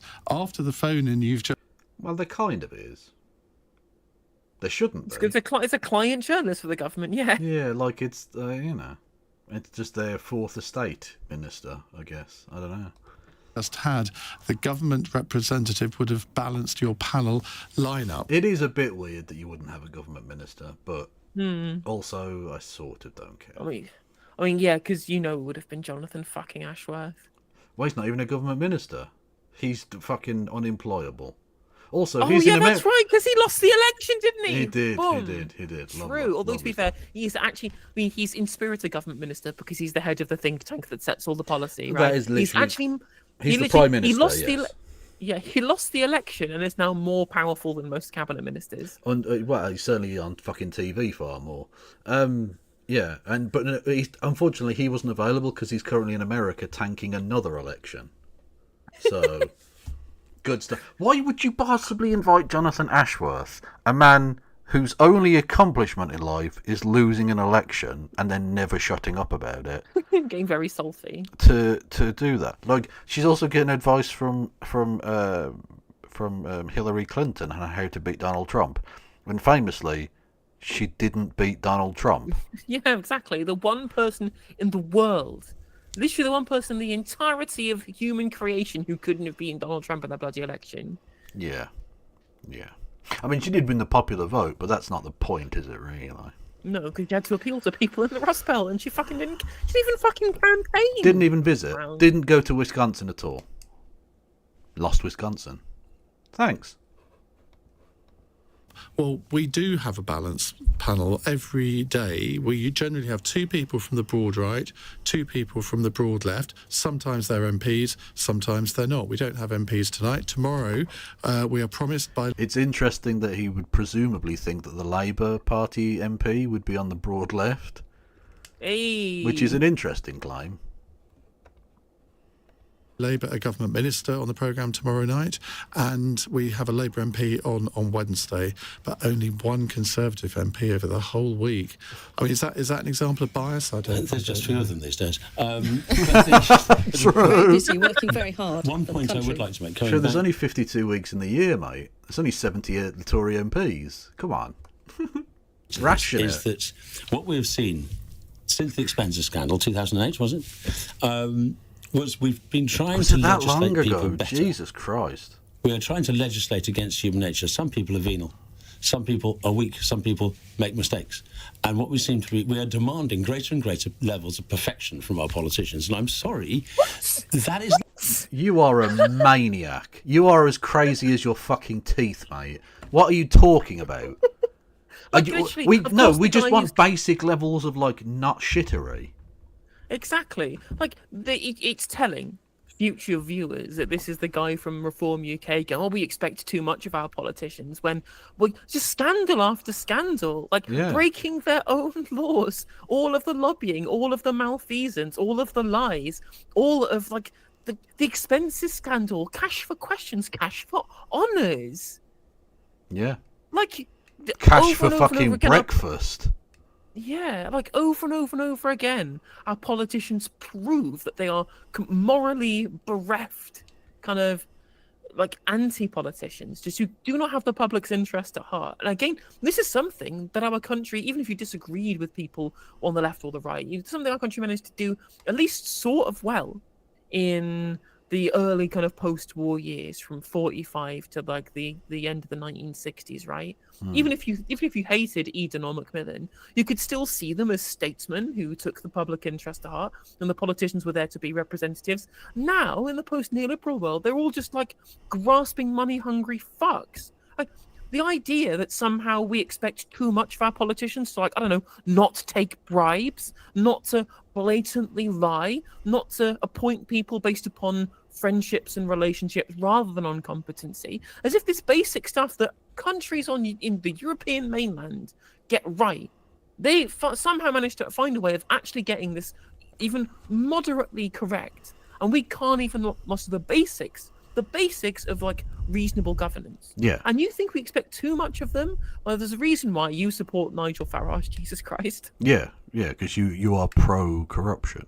The idea that the Nigel Farage is actually a populist is ridiculous, really. Yeah. That's a great example. Yeah, he looks like an extra from Peaky Blinders. He does. Genius. Isn't how people work, and that's not how people are. And I do think that as a country, we are actually remarkably forgiving of error, remarkably forgiving of mistake. What we don't like... Forgetful, I think, is the word you're looking for. Ignorant. True. Yeah. Like is hypocrisy. And the reason why this is kicked off is that level of hypocrisy. Okay. Because we get it. People know how it is. People do things that aren't quite ideal. Right. Well, we legislate to improve them. We have another 40 minutes to take your questions. If you'd like to put them to the panel, I'm not trying to legislate to make them better. I'm not trying to create a new Soviet man. What I'm trying to do is protect the weak and vulnerable against the avaricious. I'm not trying to make the avaricious better, because I don't think I can do that. I'm not a psychologist. I'm not a law enforcement. I'm not anything of that sort. What we try and do is protect the weak and vulnerable against the powerful corrupt. That's what the law should be about. It's not about creating a new person or even a new way of doing anything necessarily, but to say, okay, there are bad people and they need to be... Society needs to be protected against them, not that they need to be fucking praised and put into positions of power, you absolute monster. I think that's these Reform UK people, they're always mad about, like, law and order. Imagine if we took this opinion to anything like kind of law and order related. Like, the law is explicitly there as a deterrent to say, if you do this bad thing that we of society have decided has no positive utility associated with it, if you do this bad thing, we will punish you for it, and therefore people are less likely to do that thing. Yeah. That's the purpose of laws. And yet he's going, well, actually, we have too many of these rules for politicians, so you want to incentivize them to be more corrupt then? Is that what you want? Have you noticed, though, we expect too much of the murdering community? Honestly, we should be much more forgiving to the murderers. Why do we constantly try and better murderers? Yeah, exactly. Well, look at it. I guess he doesn't want there to be much scrutiny of politicians because, of course, if you're somebody who's associated with Reform UK, you only have access to inscrutable people. So having scrutability as a litmus test for political acumen probably isn't very good for a political party. I wonder why someone associated with a political party, 20% of whose MPs have been convicted of domestic assault. I wonder why he wouldn't want people to focus on the morality of politicians too much. Crazy. Number 0345 6060. Well, yeah, that's a good point, Ben, right? It's 17 minutes past 8. People want to migrate here. What? So by stopping the boats, are we legislating against human nature? Good point. Why are you trying to better migrants? They're going to come in anyway, so like we should be more forgiving of the migrants. But literally, unironically, we should be. Yeah, true. This is LBC. Don't care. Skipping through. This is a global Zach Polanski is here, Deputy Leader of the Green Party, Gawain Towler, former Director of Communications for Reform UK, Anna Firth, former Conservative MP, and Martha Gill, not yet former columnist for The Observer, but one day, Martha, God. when you're promoted to greater heights. Right, let's go to another question. It's from Keith in Shoreditch.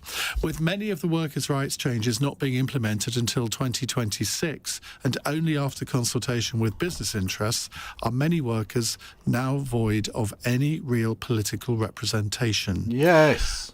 Gawain.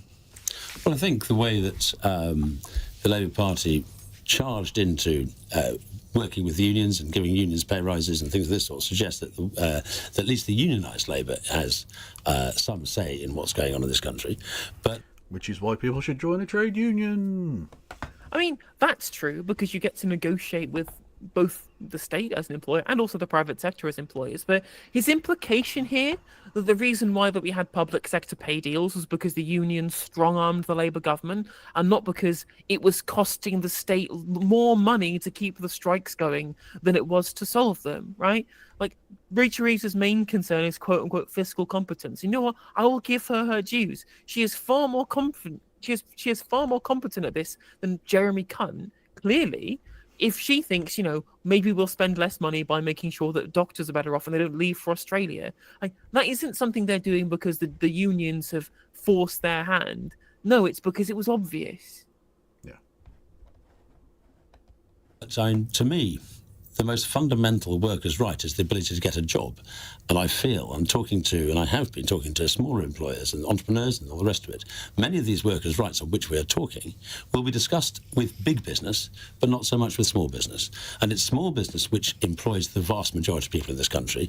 And they are looking at this. I was on the train on the way up here talking to a woman who employs a number of people, and she was just saying, I don't think I can employ anybody else because of the rules and the rights. You talk to people on a train? I know. It's strange, isn't it? We were smoking just next to just outside the station beforehand. But the point being is that voice, then, she's looked at these ideas, these stuff in this legislation that's being brought forward, and gone, I don't want to employ anybody new. I just don't. So surely the fundamental workers' right is to get a job in the first place. Martha. I see.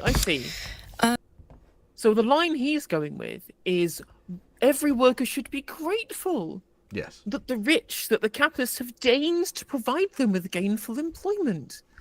How dare you try and inconvenience the job creators of the private sector by wanting them to, have the basic employment rights that plenty of countries on the European continent all guarantee their workers.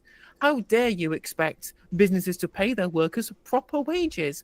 This woman, who currently buys really nice wine with the dividends that she gets paid out for being a business owner, might have to downgrade to slightly nicer wine if she has to share more of her proceeds with the people who actually do the work to generate those proceeds in the first place. How evil of Samo with his very basic workers' rights revolutions. Yes.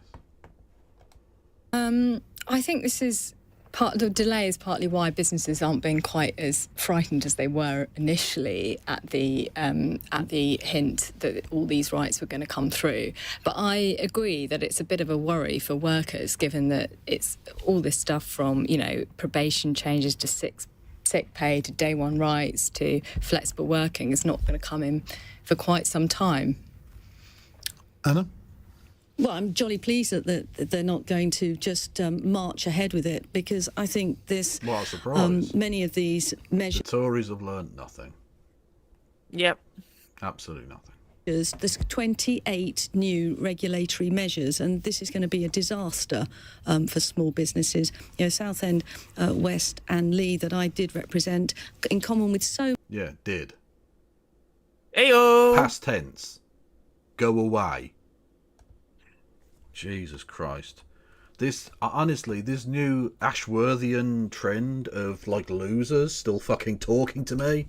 Fuck off. All of you. Also, Pom in chat saying there is a limit though. You're an employee and your employer is decent, but current regulations of employee rights are becoming over the top. You came to the wrong fucking neighborhood, mate. You came into the wrong neighborhood. You're not going to find many friends here, unfortunately. Again, the idea that the rights we currently have are currently over the top, when even the workers' rights that are being put forward by the Labour government are still not as good as the workers' rights in, Norway or Denmark or Sweden, who have better purchasing power for workers than we do, more equal societies, better standards of living, and faster growing and more innovative economies than we do. The idea that Anna Frith is pointing out here, trying to claim is going to be disastrous for the economy, when the similar countries that do have these workers' rights in place actually have better economies than we do. Again, it's this false dichotomy that they led at the top of the show with, this idea that you want a growing economy or you want to have workers' rights, you balance between the two. No, absolutely not. You can absolutely have both and have your cake and eat it too.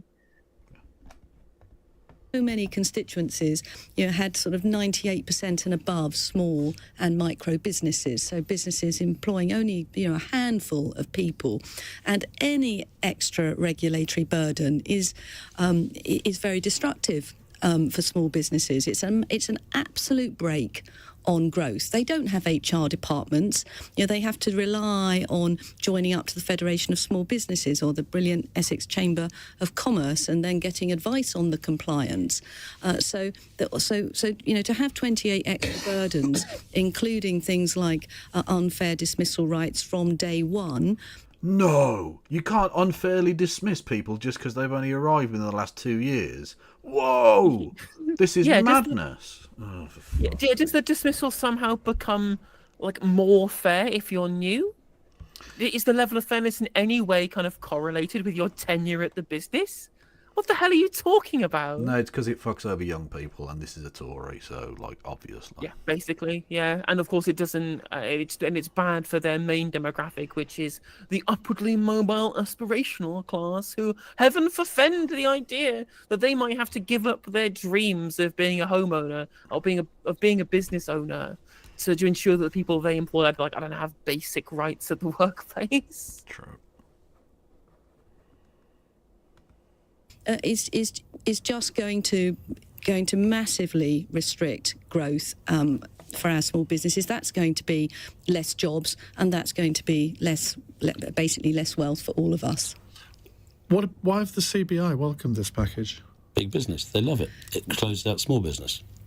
It's all these things are fine. I mean, I agree with that. All of these things are fine for big businesses with great HR departments because actually it then crowds out the smaller players. But it's these smaller players that are the backbone of our economy up and down the country. There's people working up and down this country who haven't had a pay rise in 10 to 15 years. Well, this isn't going to do anything for them. Well, I think ultimately it's going to make sure that people have got better working conditions. I think with the better working conditions, people can make sure that they're organising properly. We need to see what the detail in the bill, and I think, I welcome any changes to workers' rights that are a step in the right direction, so I've got to be fair to Labour to that.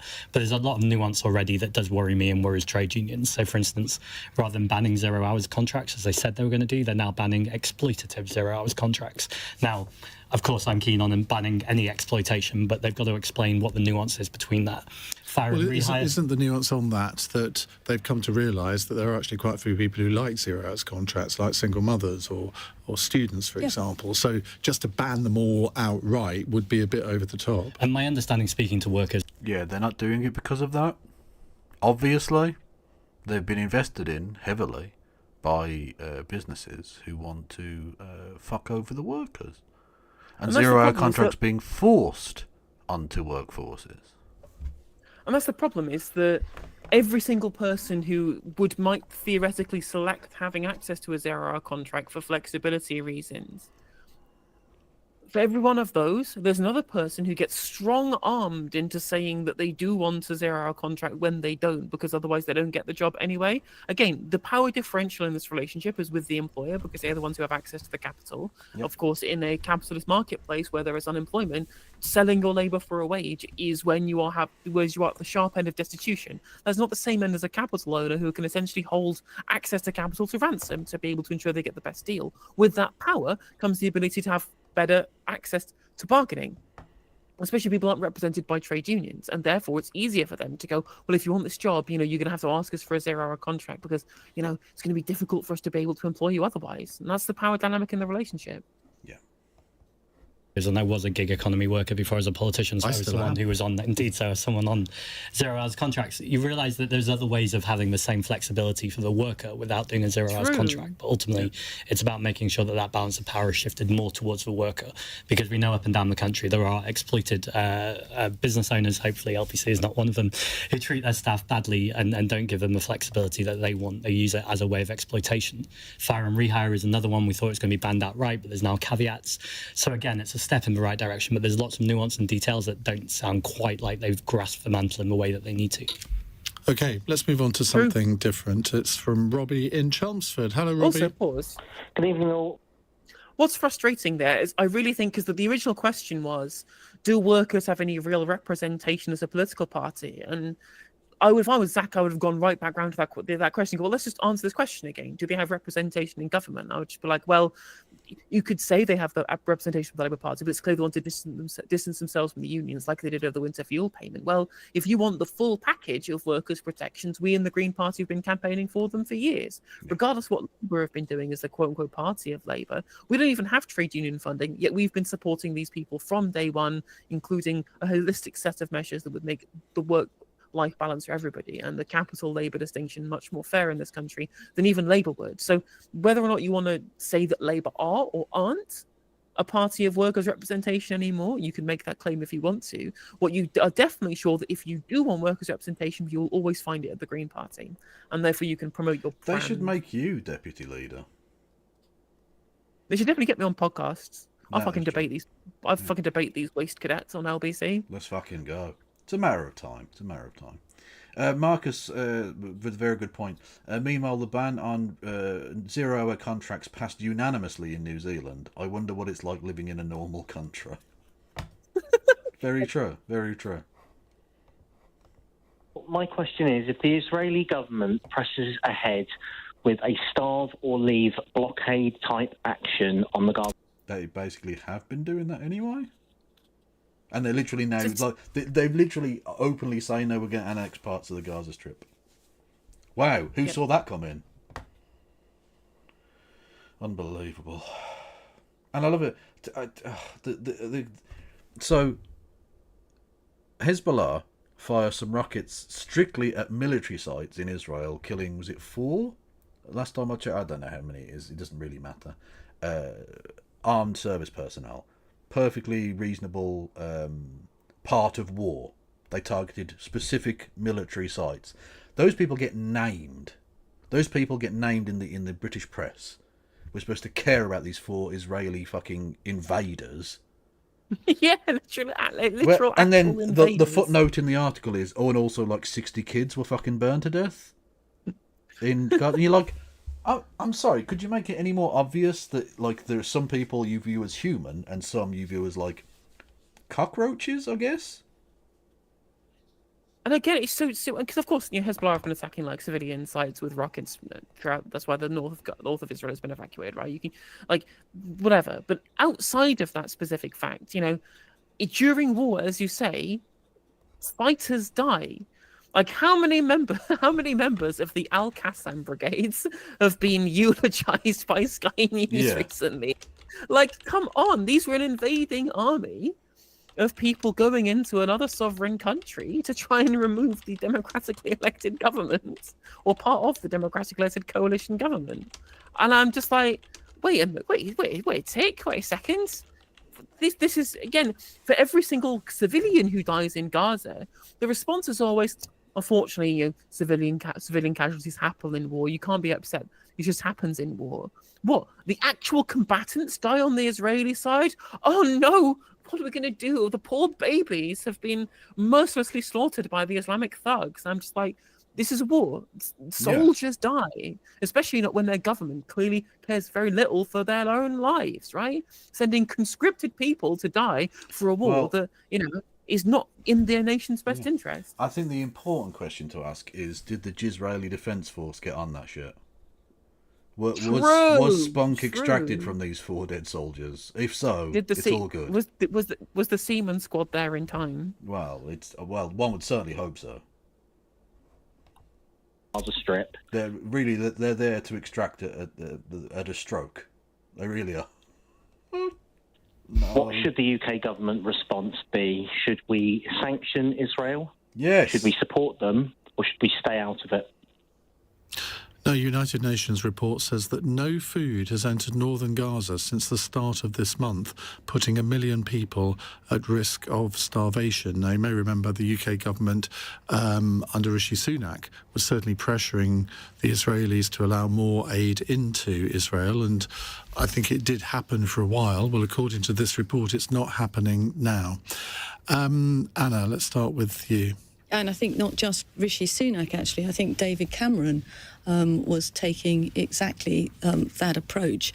And, I mean, what's happening in the Middle East is just, the most almighty tragedy. And I think that we all want somehow to believe that at some point that there's going to be, a ceasefire and that there's going to be peace again and Whoa! Again? When was there peace exactly? Yeah, 1966. Yeah. The last time there was at least relative peace was when we won the World Cup. Yes. Honestly, Alf Ramsey was a monster. He knew what he was opening up. He knew the gates of hell, and he didn't care. Wingless wonders indeed. Opportunity for the international community to try and bring those regional parties together. Clearly, we're obviously a million miles from there at the moment. I think that I hope very much that the government will will engage with Benjamin Netanyahu and will urge them in the strongest terms to let the aid through. The McDonnell strategy. We're going to write a very strongly worded letter. There was the quote from Team America was it, we'll be very angry and we will write you a letter telling you how angry we are. Mate, this guy doesn't care about words. He cares about hard power. He cares about material interest. If you want there to be a ceasefire, if you want Israel to stop doing what it's doing, we need to cancel all arms licenses immediately. Yeah. Like, literally, the preface to your answer... what was her name again? Anna Firth. Anna. The preface to your answer here was Ian Dale telling you that Benjamin Netanyahu is purposefully starving 1 million people to death in North Gaza. Do you think your mild condemnation of his actions is going to make the slightest bit of fucking difference? Do you honestly, truly believe that this tepid non-response to his evil would have even the slightest effect upon it? It's like these people who pretend that a sign on a toilet door is going to stop a would-be rapist. Like, it's no, these people are evil. Like, your strong words of condemnation are going to do fuck all. Yeah. True. It cannot be right to have women and children starving who are ultimately innocent victims in this conflict. Zach?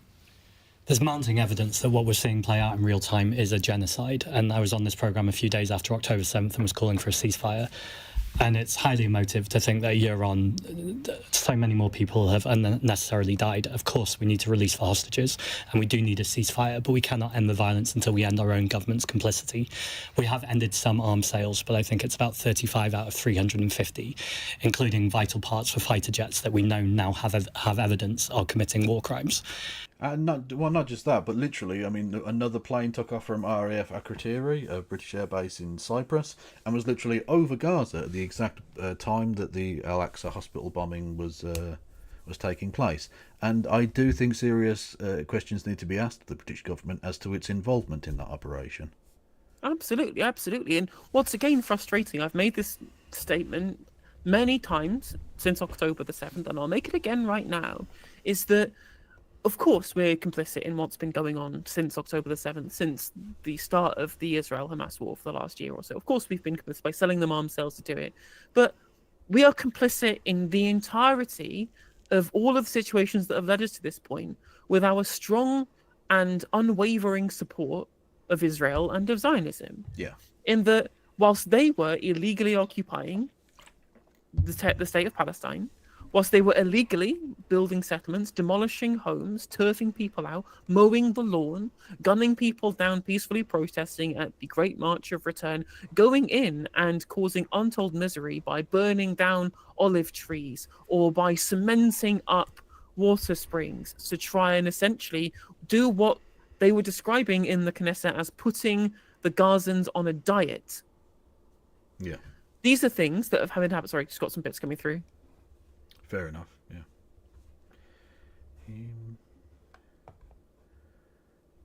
So the idea that somehow our complicity starts and ends with whether or not we're selling weapons to Israel. We should never have been selling the weapons to Israel at all. Until they decide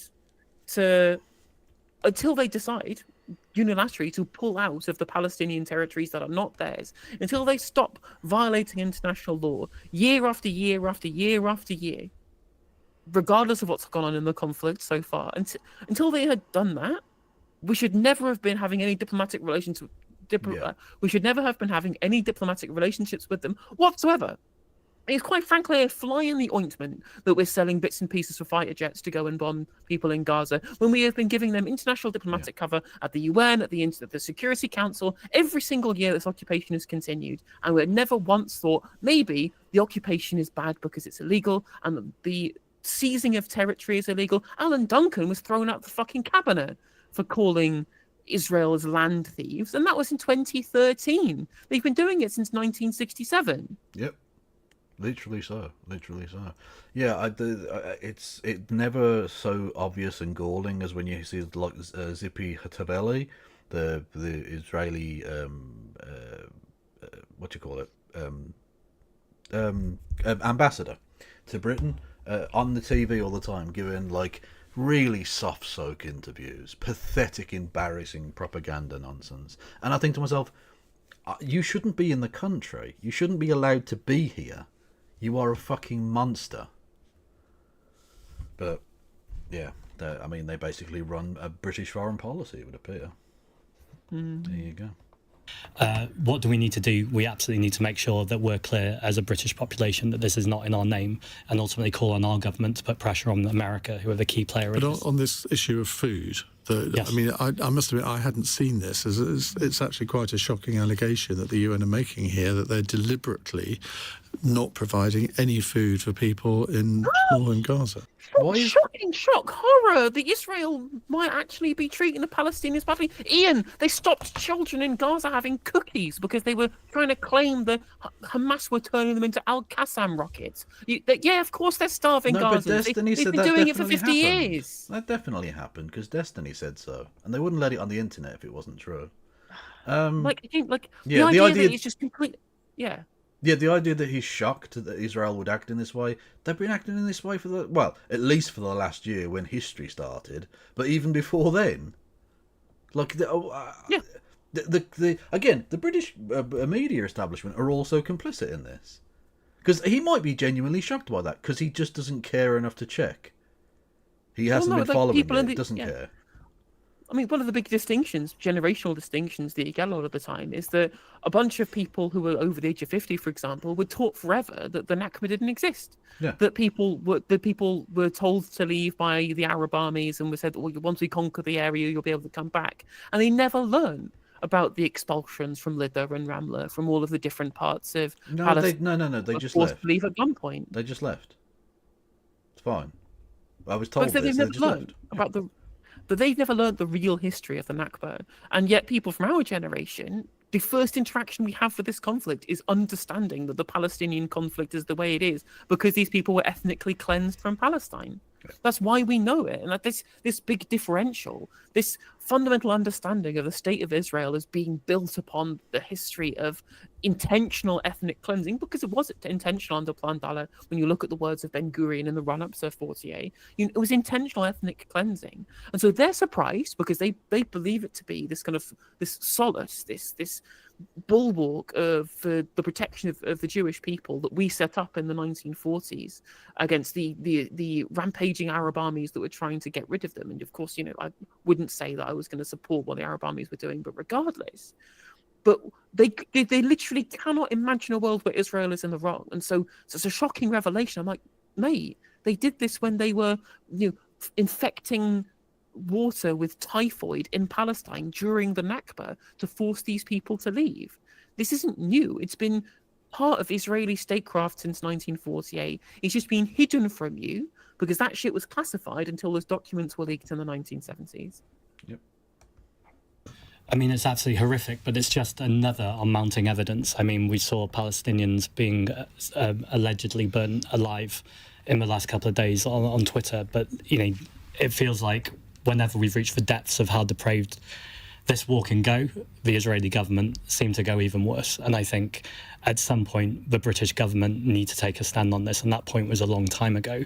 But I still hope they will stop and reflect and use their diplomatic might again to influence America, because they're the key player in here that maybe Netanyahu will listen to. Martha? Yeah, I mean, I agree with both of you. This is absolutely horrific. The idea that civilians are going to be left to starve. Thank you, Tina, too, for raiding in, welcoming people. Please refresh your screens. You're through to the No Justice stream. We talk about UK politics 6 days a week from a socialist perspective. If that sounds like your thing, please drop a follow. And over on the YouTube, at No Justice MTG over there as well. I'm currently watching boring political commentary from the UK, but I'm making it zhuzhed up by the influence of my co-host with the co-most, Kevin Logan. You know who he is, the man, the myth, the legend. I do bring zhuzh to the table. That is true. True, absolutely. Maximum zhuzh. Many and such juche. cases. And juche. Yeah, true. True. I am all about that shirt. Go follow Kevin at KFLogan1875. True. Juche gang, rise up.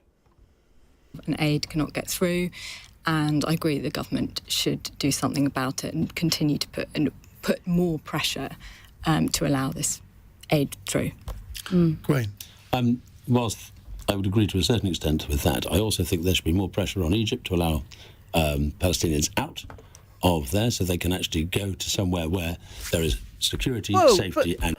See, they get people on the show, they don't go fucking know anything, right? Yeah. Control of the Rafah crossing lies with an agreement between Egypt and Israel. Yep. The idea that Egypt could unilaterally decide to let Palestinians out. No. Israel has control over that border too, given the agreement between Egypt and Israel over the occupied territory in Gaza. Yep. Also, you're aware that the Nakba happened, so people leaving, would they be allowed back? How would you call it? Would you say they have a right to return, perhaps? Maybe? And food and water and everything you need. So there seems to be the pressure maybe on the Israeli government, perhaps, yes, but also on the Egyptian government to allow people out. So therefore the refugees can leave and be looked after in an area that's not a war zone. But why would Egypt do in an that? area that is a fucking desert? Like, what infrastructure exists there to fucking allow 1 million people to just leave and set up camp there? Have you thought about that at all? Do you care? Because what they would be doing was effectively creating refugee camps akin to what are on the West Bank. Well, I think for humanitarian reasons, if we are saying that the Israelis must not prosecute the war as they see fit, we should also... Tell you what, mate. I mean, here's a plan for you, right? You want them to leave and go somewhere where there's, where they can be taken care of. How about Kent? Doncaster. Let's bring. Well, there's already plenty of them there. Let's be honest. Jesus. No. Let's take all of the people of the Gaza Strip and put them outside your fucking house. Why should the Egyptian people have to fucking deal with this? Why should Egypt is already a very unstable and not massively wealthy country. Yeah, or how about they go... I mean, everyone tells me that Israel is one of the safest places in the Middle East. How about Israel taking these refugees, and maybe they can go back to the houses they were ethnically cleansed from in 1948? Yeah, maybe they can go back to their old houses. Yeah, as per UN Resolution 192. Are you suggesting Israel isn't holding up UN resolutions? Because that would make them a rogue state, wouldn't it? So. Yeah, exactly. No, we live by the rules-based order. I don't know what you're talking about. It's outrageous accusations. To be pushing pressure on a country like Egypt to allow refugees out. I think it's as simple as that. It's humanitarian reasons. What other reason else is there? Okay, but can't we put pressure on the Israeli government to not bomb in the first place for humanitarian reasons? Maybe we could stop the Israelis from killing all of the people. Okay. Right, thank you very much for your answers in the first half of the programme. Lots more time for you we're only to halfway ring in through and it. put your questions to our panel, 0345 6060 973. It's coming up to 8:30 here on LBC News Headlines with Daryl Jackson. Don't give a fuck. Go away. Don't give a fuck. Gwen, I have to ask you, you were recently let go by Reform UK. It surprised, shall we say, a great deal of people in the sector. What happened? I think we have a new setup post-election. There's this desperate move towards, not desperate is the right word, but a considered and concerted move to create a party more than we had before. And we're creating... So you're a fucking embarrassment. They want to kick you out because they don't want, like, so many extremists. They want to try and I appeal. don't think like you're serious enough as a politician. Yeah. You're not one of the adults in the room. Okay, champ? And they're sitting at the big kids' table now, so off you go, Adolf. Hundreds of branches, literally hundreds of branches from scratch since July the 4th. We had 0, we're now on to about 350. By Christmas, the idea is to have 450 branches. That's a massive business of work. We're looking at various... You think they need more people then? Why are they letting you go? Like, surely they have a manpower issue. So why are you being sacked? Why would that help in this endeavour? Are you trying to throw up a smokescreen to the fact that you've been sacked because you're shite? I think it's starting to sound very much like you weren't answering the previous questions like a politician, just like a racist, which like I expected. Whereas now you're giving me very, very like politician-y vibes. Come on now. Various things in, as I say, the professionalisation, the democratisation of the party, and in many ways, my face didn't quite fit that. I have a different style. There's a different way of doing things, and that's fine. I get it. I mean, things change. I can live with that. I was always very lucky. I was a paid activist. I was an activist who happened to get work. Most activists don't get work across the country. There are thousands of people putting huge amounts of hours in to help, and I'm sure it's the same in your party and yours. This is the norm. I was just dashed lucky that some fool gave me the money to do it. Well, talking of Nigel Farage, I mean, you've been with him for, well, more years than I can count. Indeed. I mean, do you not feel betrayed? No, not at all. He gave somebody a job to do. That person was given a role to make decisions, and he made that decision. Nigel has to back him, of course he does. You can't give somebody a job and then say you can't do that. You've got to give that support, so that's fine. But I've seen... Honestly, these people are so cocked, it's embarrassing. It's very funny, isn't it? It's sad. It's sad. Nigel on numerous occasions since then. We are friends. It's actually quite nice not to be in a working relationship, but to be in a friend relationship again. Yeah, exactly. Now we're not colleagues, we can fuck. It's fine. I'm happy with that. A lot more sanguine than I think I would be in the circumstances, but well done. Well, life's too short to get too worried, isn't it? Right, let's move on to a text question from Scott in West Hampstead. At the forthcoming Heads of Commonwealth Summit, one of the main agenda items will be the demand by 15 Caribbean countries for Britain to pay reparations for its role in the slave trade. Should Britain pay reparations, and if so, what form should those reparations take? Just an apology? ? Well, the PM spokesman insists no reparations will be paid. So I kind of don't care about this question. It's going to sound really rude of me because I think it's an important subject. It's pretty racist. It's pretty racist, yeah. But this discussion is kind of pointless because what they're responding to here specifically is a call by the Caribbean, a bunch of people from like the campaigners within Caribbean nations for reparations to be paid, and they do it every year. Every year they say, they always get rebuked. Try bring up this question again. I don't think it serves the discourse much to rattle over the points because it's just not going to happen. Yeah. Is there another question beyond it? Is there another... What's that? Yeah. Is a tuition fees increase inevitable? Let's have a look. How long have you been going is for? Inevitable. I have been going... Oh, hang on. 2.5 hours. Oh, okay. Oh, sorry. You didn't get... Were you not there with Christy early on today then? No, we died. It didn't happen in the end. We were cancelled. Oh, okay, fair enough. Not cancelled because we were racist or anything. Just it didn't happen. No problem. We'll fit this last question then. Okay. Zach Polanski, Grain Towler, Anna Firth and Martha Gill here to take your calls. Well, here's a WhatsApp question from Vaz in Warwick. Is an increase in tuition fees inevitable, as university leaders repeatedly claim? Or do you think the Minister for Higher Education, Jackie Smith, can get Vice-Chancellors to cut down on claiming expenses? Now, an investigation by the newspaper has found that bosses of leading universities have claimed a combined £1 million in expenses over the past 2 years. Despite earning more than £42 million between them, 2 in 5 universities in England are expecting to run a deficit this year. Meanwhile, the University of Bristol has been criticised this evening for increasing the fees for its master's courses in anthropology by 50% for the 2022 to 23 academic year, before cutting almost half that increase off the cost again a year later. You're cleverer than me if you followed that one. Zach, let's start with you.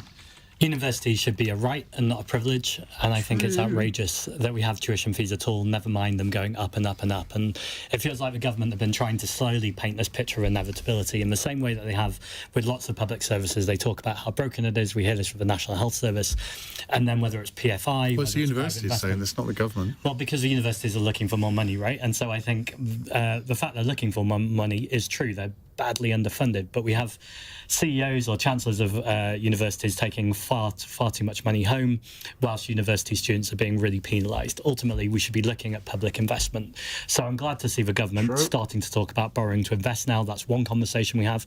But we also need to be talking about money creation, the fact that we talk about the national debt, but really what we're talking about is money that is in our economy. And when people have assets that aren't taxed, that's keeping things stagnant. And ultimately, we should be getting money moving around the economy, investing in our universities, because that's the way that we level up everyone. And that's actually literally true. Every fucking pound you put into education, you reap the benefits many times over. It's such, it's so shooting yourself in the foot to like cut back on education. It's ridiculous. Absolutely, I agree. I hate to praise Tony Blair of all things, but one thing that he was right about in his drive to get people into higher education was this idea that, well, in the future economy, people who have the skills necessary to be able to adapt to the rapidly innovating technologies of the time, people can adapt to those. It's going to be super important. They're going to be the jobs of the future are going to require a university education, the kind of things you need to learn in an academic environment. Loads of places for people from the trades or whatever, they're never going to go away, but there's not really much space to just get into like a non-job sinecure outside of that without having a stagnant economy. And what we did was we tried to get people out of higher education because the Tories hate it, and so now we have an economy full of sinecures. We have like financial professionals, and we don't have any people who actually are there to be the tech innovators of the future. We don't have that because we didn't bother investing the kind of amounts in education that we did during the Blair administration. True. Hello there, Alpha Mario X. Everyone go and follow Alpha Mario X, who does streams occasionally. See how you grow an economy. But in virtually every answer you've given this evening, you've wanted to spend a lot more money on something or other. But in your first answer... No, really? Are you suggesting that there's maybe things we could spend money on that we haven't been spending money on, and that actually that's a massively important part of trying to regenerate the country, you dopey shite? Crazy. Answer, you didn't want more international investment in the country. I mean, in the end, if you're going to spend more money, it's got to come from somewhere, either borrowing or through growth. Surely the preference ought to be for growth. Well, there's a good question about where money comes from, and money is ultimately created by the government, so we can make as much money as we want. Well, in your world, the magic money tree, that's where it comes from. Well, there is a magic money tree, and we've seen that in various ways. We saw it during COVID, that suddenly we were able to produce the money that we needed. Now, if you do it like... So that's increased the national debt to 2.7 trillion now. Okay. Well, it's really worth reading The Deficit Myth by Stephanie Kelton, because that's a whole other set of questions here. But I think the why... God, he sounds like you. He does sound like me. It's you should read this Economist. Oh, God. I mean, I reckon, Kev. I reckon people from the Green Party have been watching my streams, and they now know which Economist to turn to. Zach went to the showing of Stephanie Kelton's film as well. I'm just like, I'm having an influence. You are. Honestly, you're setting the agenda. You and I follow the immortal science of Denyerism, no justicism. It's the future, people. It's the future. wider point here is that if you're raising money and you're investing, so you're borrowing to invest or you're creating money to invest, that is good for the economy, and that is actually the best way to get growth moving. If you do it like Liz Truss did it and you borrow money to unfund tax cuts, that's how you crash economy. I'm not talking about that. I'm ultimately talking about making sure we're investing in things, and one of the best things we could invest in is public education. Queen. Also, the premise of Ian Dale's bit there, that Zach Polanski said that he didn't want foreign investment, that's not actually what he said. He said that shouldn't be like the only priority that a government has. So it's just it's straw manning to the point of just journalistic malpractice, I guess. But anyway, true, exactly. I mean, because at the end of the day, what he does want is investment that comes with good workers, right? So it doesn't denigrate the living conditions of workers in the economy, right? And again, if you replace that BP investment with state investment, you get the same public investment, the same extra productivity, but without the shitty working conditions. True, very much so. Right, I think that the university sector is vastly bigger than it should be. I think the ambition to have 50%, 70%, 80% of children to go into university is overstated, and frankly... Wow, what a populist. What a wonderful populist he is. Stay in your lane, plebs. True. Damaging, it creates huge amounts of debt, it locks them into horrible penury for many, many years. No, if you got rid of the fucking loans. Yeah, literally. You're saying the worst thing about universities, they get people into huge amounts of debt, which is a consequence of tuition fees. Yeah. I think when we have, when we look at universities, look at the investments they make internally, they seem to be spending more money on the student experience rather than the teaching experience. And you see academics being sacked in order that you can spend more on the student union bar, because that way they get decent reviews in some kiddie link websites. So, do you want to sound any more like a boomer prick? Do you honestly? Could you try throw the word woke in there, please? I think the whole thing is a mess, and frankly, okay, they shouldn't be blagging the expenses so much, but 1 million is not going to make a blind bit of difference to not a single sixth form college, let alone the entire university sector. But no, we are trying to do too much. So don't be horrible to politicians who are corrupt, and don't be horrible to academic administrators who are corrupt. But fuck students. Says populist? Question mark? Question mark indeed. We are pushing people into doing things that they should not be doing. We are getting them into massive debt. I think the entire sector needs a complete overhaul. And further education isn't for everybody. It is more academic. People should be looking at that. And frankly, I think we have, and this is since the Blair years, and I think it has been increasingly damaging. And right now, the only way university can do it is to ship in lots and lots of foreign students, which in many universities... there we go. Look, we're talking about fucking reform, dickhead. There's no way he wasn't going to bring up immigration, because he's talking about a thing. So obviously he's going to mention immigration because it's a thing that he's talking about, right? Literally anything that they talk about, they will turn back to immigration.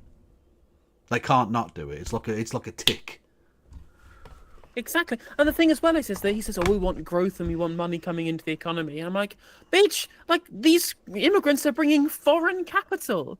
Our universities are so good. We've turned it into an export good. An export good that's so well, which is so coveted by people from other countries. They literally pay to put our students through university. Yeah. It is such a in-demand product. People will flock from around the world to come and spend some time at our universities and bring their money with them into our economy. Yep. And you want growth while getting rid of these people because, I don't know, foreigners bad, shows you that it's not actually about growth with these people, is it? No. Is driving the prices up for local students and pushing them out. So the whole thing is just keeping the prices low, you clown. Yeah. The reason why they can afford to have capped fees is because the fees are uncapped for international students. He's literally saying the exact opposite of reality. Yeah. Yeah. It is subsidising to an extent, But if you're doing that while at the same time cutting academics, which is happening up and down the country, then there's a massive problem. Martha. I don't have full I answer. mean, our universities are the stars in our crown. We are internationally known for our universities, and it's but they're really under. Shut the fuck up, you twat. Stop interrupting with your fucking ignorant shite. You don't know what you're talking about. Sorry. That guy's an annoying prick. The anti-intellectualism of the right wing infuriates me. Yeah, and also good point in Ben from chat. Isn't it funny how all these people who say, well, everyone know people shouldn't get a degree, they should go into trades, all sending their kids to university? Yeah. Well, because, they want to be the ruling establishment. True. That's what Nigel Farage is ultimately annoyed about. He wants to be Conservative Prime Minister and knows he can't be. Yeah. It's very Burkean, isn't it? The correct order and hierarchy of society must be upheld, and universities are breaking that apart. True. By being not exclusive. Some of them are like 40% in. Yeah, have you noticed that not everyone who goes to university now is like the grandson of a member of the House of Lords? And that's just not on. Some people aren't even royalty. Jesus. Debt at the moment, and I have to disagree with Zach. I think that countries that publicly fund the universities have to really restrict the number of people going to university, and tuition fees are actually quite progressive. Oh God, the neoliberals. I mean, honestly, like they're not going to be the first in the trebuchet, but they're also not going to be the last. Yeah. They have to be restrictive if they also buy into this nonsense of thinking that expense is a bad investment. We actually could afford to send every single child to university. We are the sixth richest nation on earth. I'm just going to check the university attendance for Denmark. 1 second. Yeah, but it's Denmark. That's not a real place. Does that even exist? I don't think so. It doesn't sound real. They've got like a letter in their alphabet that's an O with a line through it. Like a Ghostbusters sign. Very strange. That's the kind of searing political analysis you get from Kev whilst he's filling time. Higher education. More than 40... Oh, sorry, that's the number of... It doesn't... statistic doesn't say. I'll get back to you on it. Fair enough. Like I've before we used to just check like an individual person where they went to college. Now you are university checking entire nations. It's gotten out of hand. Because people who've been to university earn far. Oh, I see, Azerbaijan. Well, we went to Magdalen College, did we? More than people who haven't been to university. They don't have to start paying them off until they earn more than £25,000. And so I think it's fair enough. And actually, tuition fees have shrunk because there's a cap on them compared to inflation. So that's part of what's holding universities back. Also, this cap on international students who are subsidising it for everyone else. But yeah, and I disagree with you because I think. We're also known for our economy is based on people who have been to university and have those skills, and so it's massively increased your life chances. It hugely it's very good for society. I recall when the 50% target was set up, and it was and I was watching I think Daily Politics, and the higher education minister at the time, Blair's one, told us and made one of your arguments, which was graduates get 50 the top 25% of earners. So we need 50% of people to be in the top 25. And I just thought the maths here isn't working. If over 50% are... No, you just want to have better wages for everyone. Absolutely not. I've got three young people who've all been... 25% would change, you fucking idiot. Yeah. Yeah, so we want 50. We want to increase that number rather than keep it stuck. Oh, he's such an idiot. God, he's just like fucking... He's just a boomer Facebook post. Yeah. As a human. Like honestly, he should be dressed like one of the Minions. To university or some still at, and £9,000 a year is absolutely ridiculous for these tuition fees. If you look at the Open University, their fees are in the region of £1,500 a year. So that shows the degree to. Weren't you in the government that made it £9,000? or at least Yeah, you were a member of literally. the party. I don't think she was ever a minister, was she? But you voted for that. That's on you. Which But they don't have the overheads that no, normal universities but have. that level of discrepancy, is huge, and I just don't think these tuition fees are delivering value for money. I don't think it's right for 50% of people to be going to university, to be lumbering our young people with these huge amounts of debt. Of course, these fees are not inevitable, and I hope the government actually sticks with its manifesto promise, which was not to put up tuition fees. OK, let's move on to a text question from Gordon in Hampstead. Alex Salmond seemed to keep open the possibility of a rapprochement with Nicola Sturgeon at some point in the future.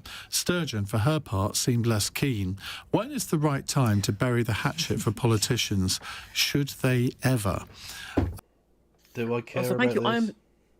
No, I don't care about it. I am Serafina in chat. Here in Canada, we have the highest uni attendance rate in the G7 at 58%.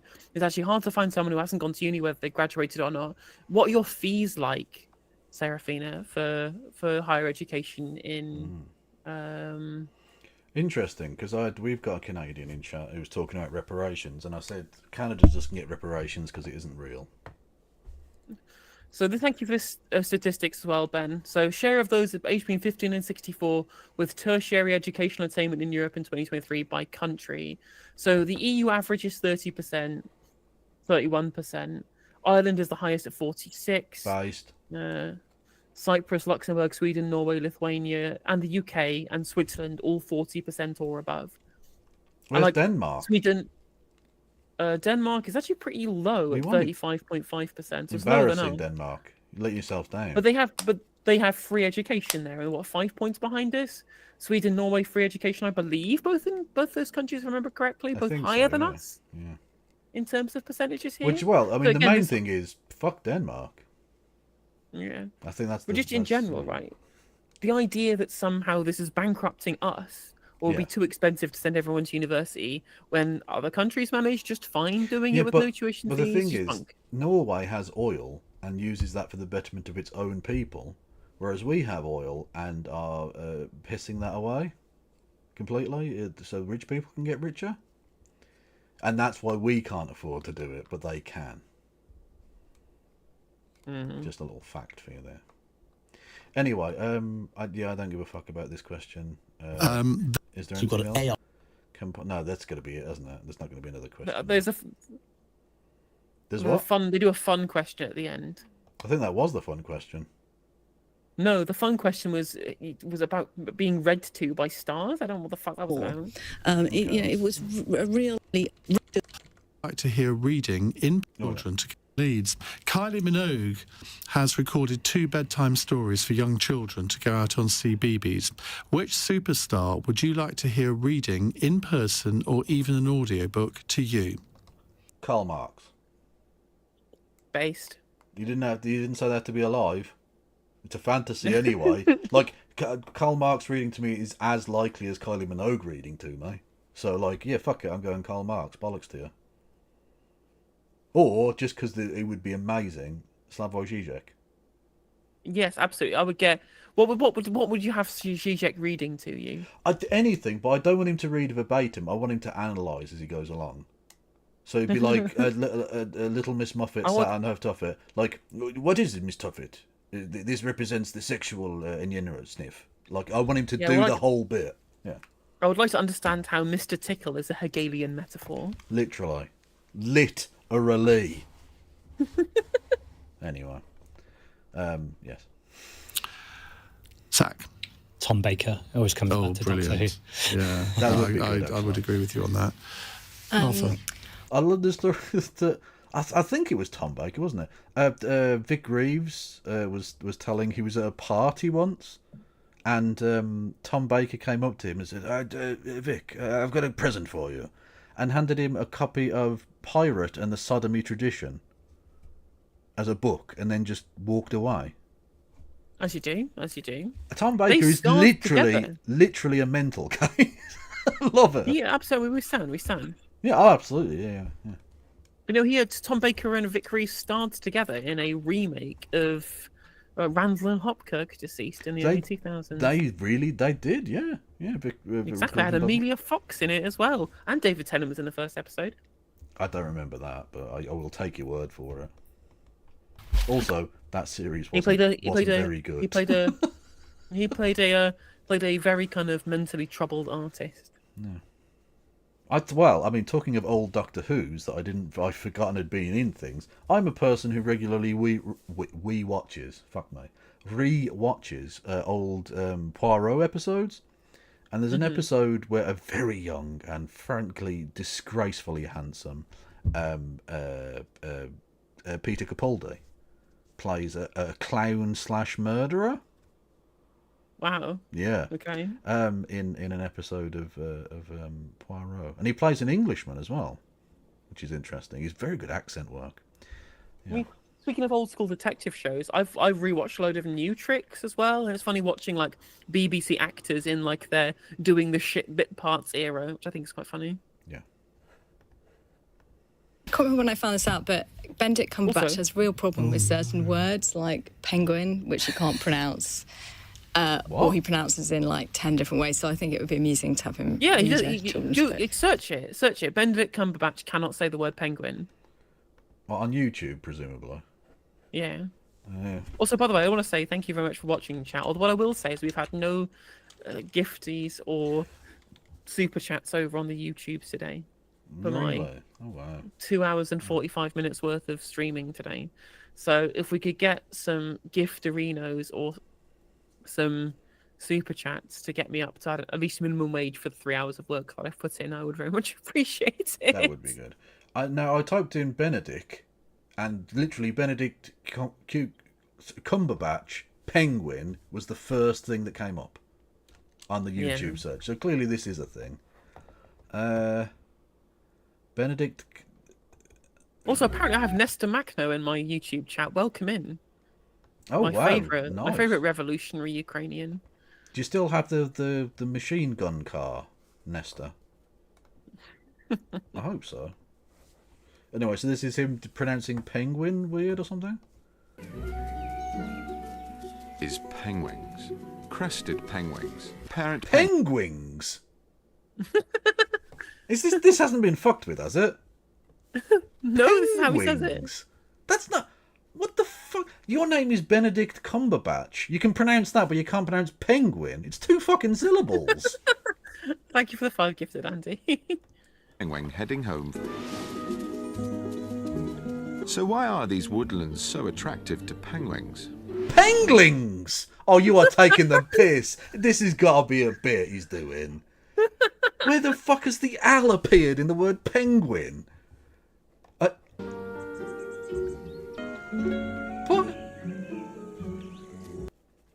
Penglings? He says these do seem like a bit of him talking about with Graham Norton as well. Oh, well, I can't be bothered, but yeah, I'm sure. Thank you, Rido, for the 5 gifted, and thank you, Davs, for the £2. I appreciate it. Penglings? Okay. Anna? Richard Burton. Well, he certainly had a great voice, didn't he? An amazing voice. Before my time, but... It was not before your time, Ian, at all. Honestly, just deep as fuck Welshman. You talk like that, you know, and it just... Oh, my God. Honestly. Just him talking, I think, was why Elizabeth Taylor married him twice. You will have watched all the same films as me. No, I'm generally his number one enemy soon. Right, go on. I was going to go for Geoffrey Boycott reading The Iron Man. Oh my goodness. I want to go... You want to listen to Geoffrey Boycott? He wasn't even good on TMS. No. Although I will say... Tell you what, though. Go on. I was going to say, well, I mean, if we're going to go TMS route, I'll get blowers to read me bedtime story. Yeah. Oh, good heavens, we've had such what a development in this book. There's some penguins outside. Penglings, they're everywhere. Anyway, one thing Goodness gracious me. One thing I did enjoy from Boycott is obviously he was like an unfiltered Yorkshireman. I remember this would have been back in the early 2000s, so just after the Iraq War or something kicked off. And I remember listening. Okay, it was like England versus whoever at whatever place, and they were doing like security bag searches in ways that they hadn't before. And so he got onto this rant, and he went on for like 10 minutes about how that Tony Blair. We were warned if you go into Iraq, there's going to be security issues, and I've kept waiting at gate for 10 minutes today. I don't know why you're a fucking Lancashireman now, but anyway. And he went on this rant about how the Iraq war was fucked up and stuff for like 10 minutes on TMS, and you could tell because he kept stopping to allow like the ball to be, delivered and discussed or whatever. You could tell that someone behind the scenes was like desperately trying to shut him the fuck up. Like it was just chaos for like 10 minutes. And to hear things like the Iraq war, it were illegal. He were told it were illegal, and then so to go in and he pushes the ball out into the offside, and there's no run. Like that for 10 minutes, nearly blew my mind. The greatest piece of commentary that's ever existed in the history of mankind. Yeah. And literally nothing happened on the pitch in the entire 10 minutes. It was wonderful. For Mary Jane Cullen, who none of you will have ever heard of, but she was a DJ on Radio Broadland when I was at university, and she did the late night show. She just had that wonderful honey. Yeah, but it did say star, not random person who was a minor radio presenter in the 70s. What are you talking about? That's not a star. In that case, me and you were a star. True, absolutely. More people have heard of me than that fucking person. True. Like voice. I don't think she's with us any longer. I hope I haven't killed her off, but I'm pretty sure she isn't. But she would be my pick. Now, tomorrow's panel includes the businessman James. No one cares. Right. Businessman James. There we go. Businessman James, whoever the fuck that prick is. I only know one thing about him, and I already don't like him. Anyway, should we go and follow some penglings? Absolutely. That has warped my mind. I thought he's a good actor, so like why can't he say a very simple word? It doesn't make sense. Anyway, should we go? Let's find someone to raid into. Yeah, let's do that. Hassan Arbi is going. He's a young streamer, up and coming. He's only got 38.3 people watching him.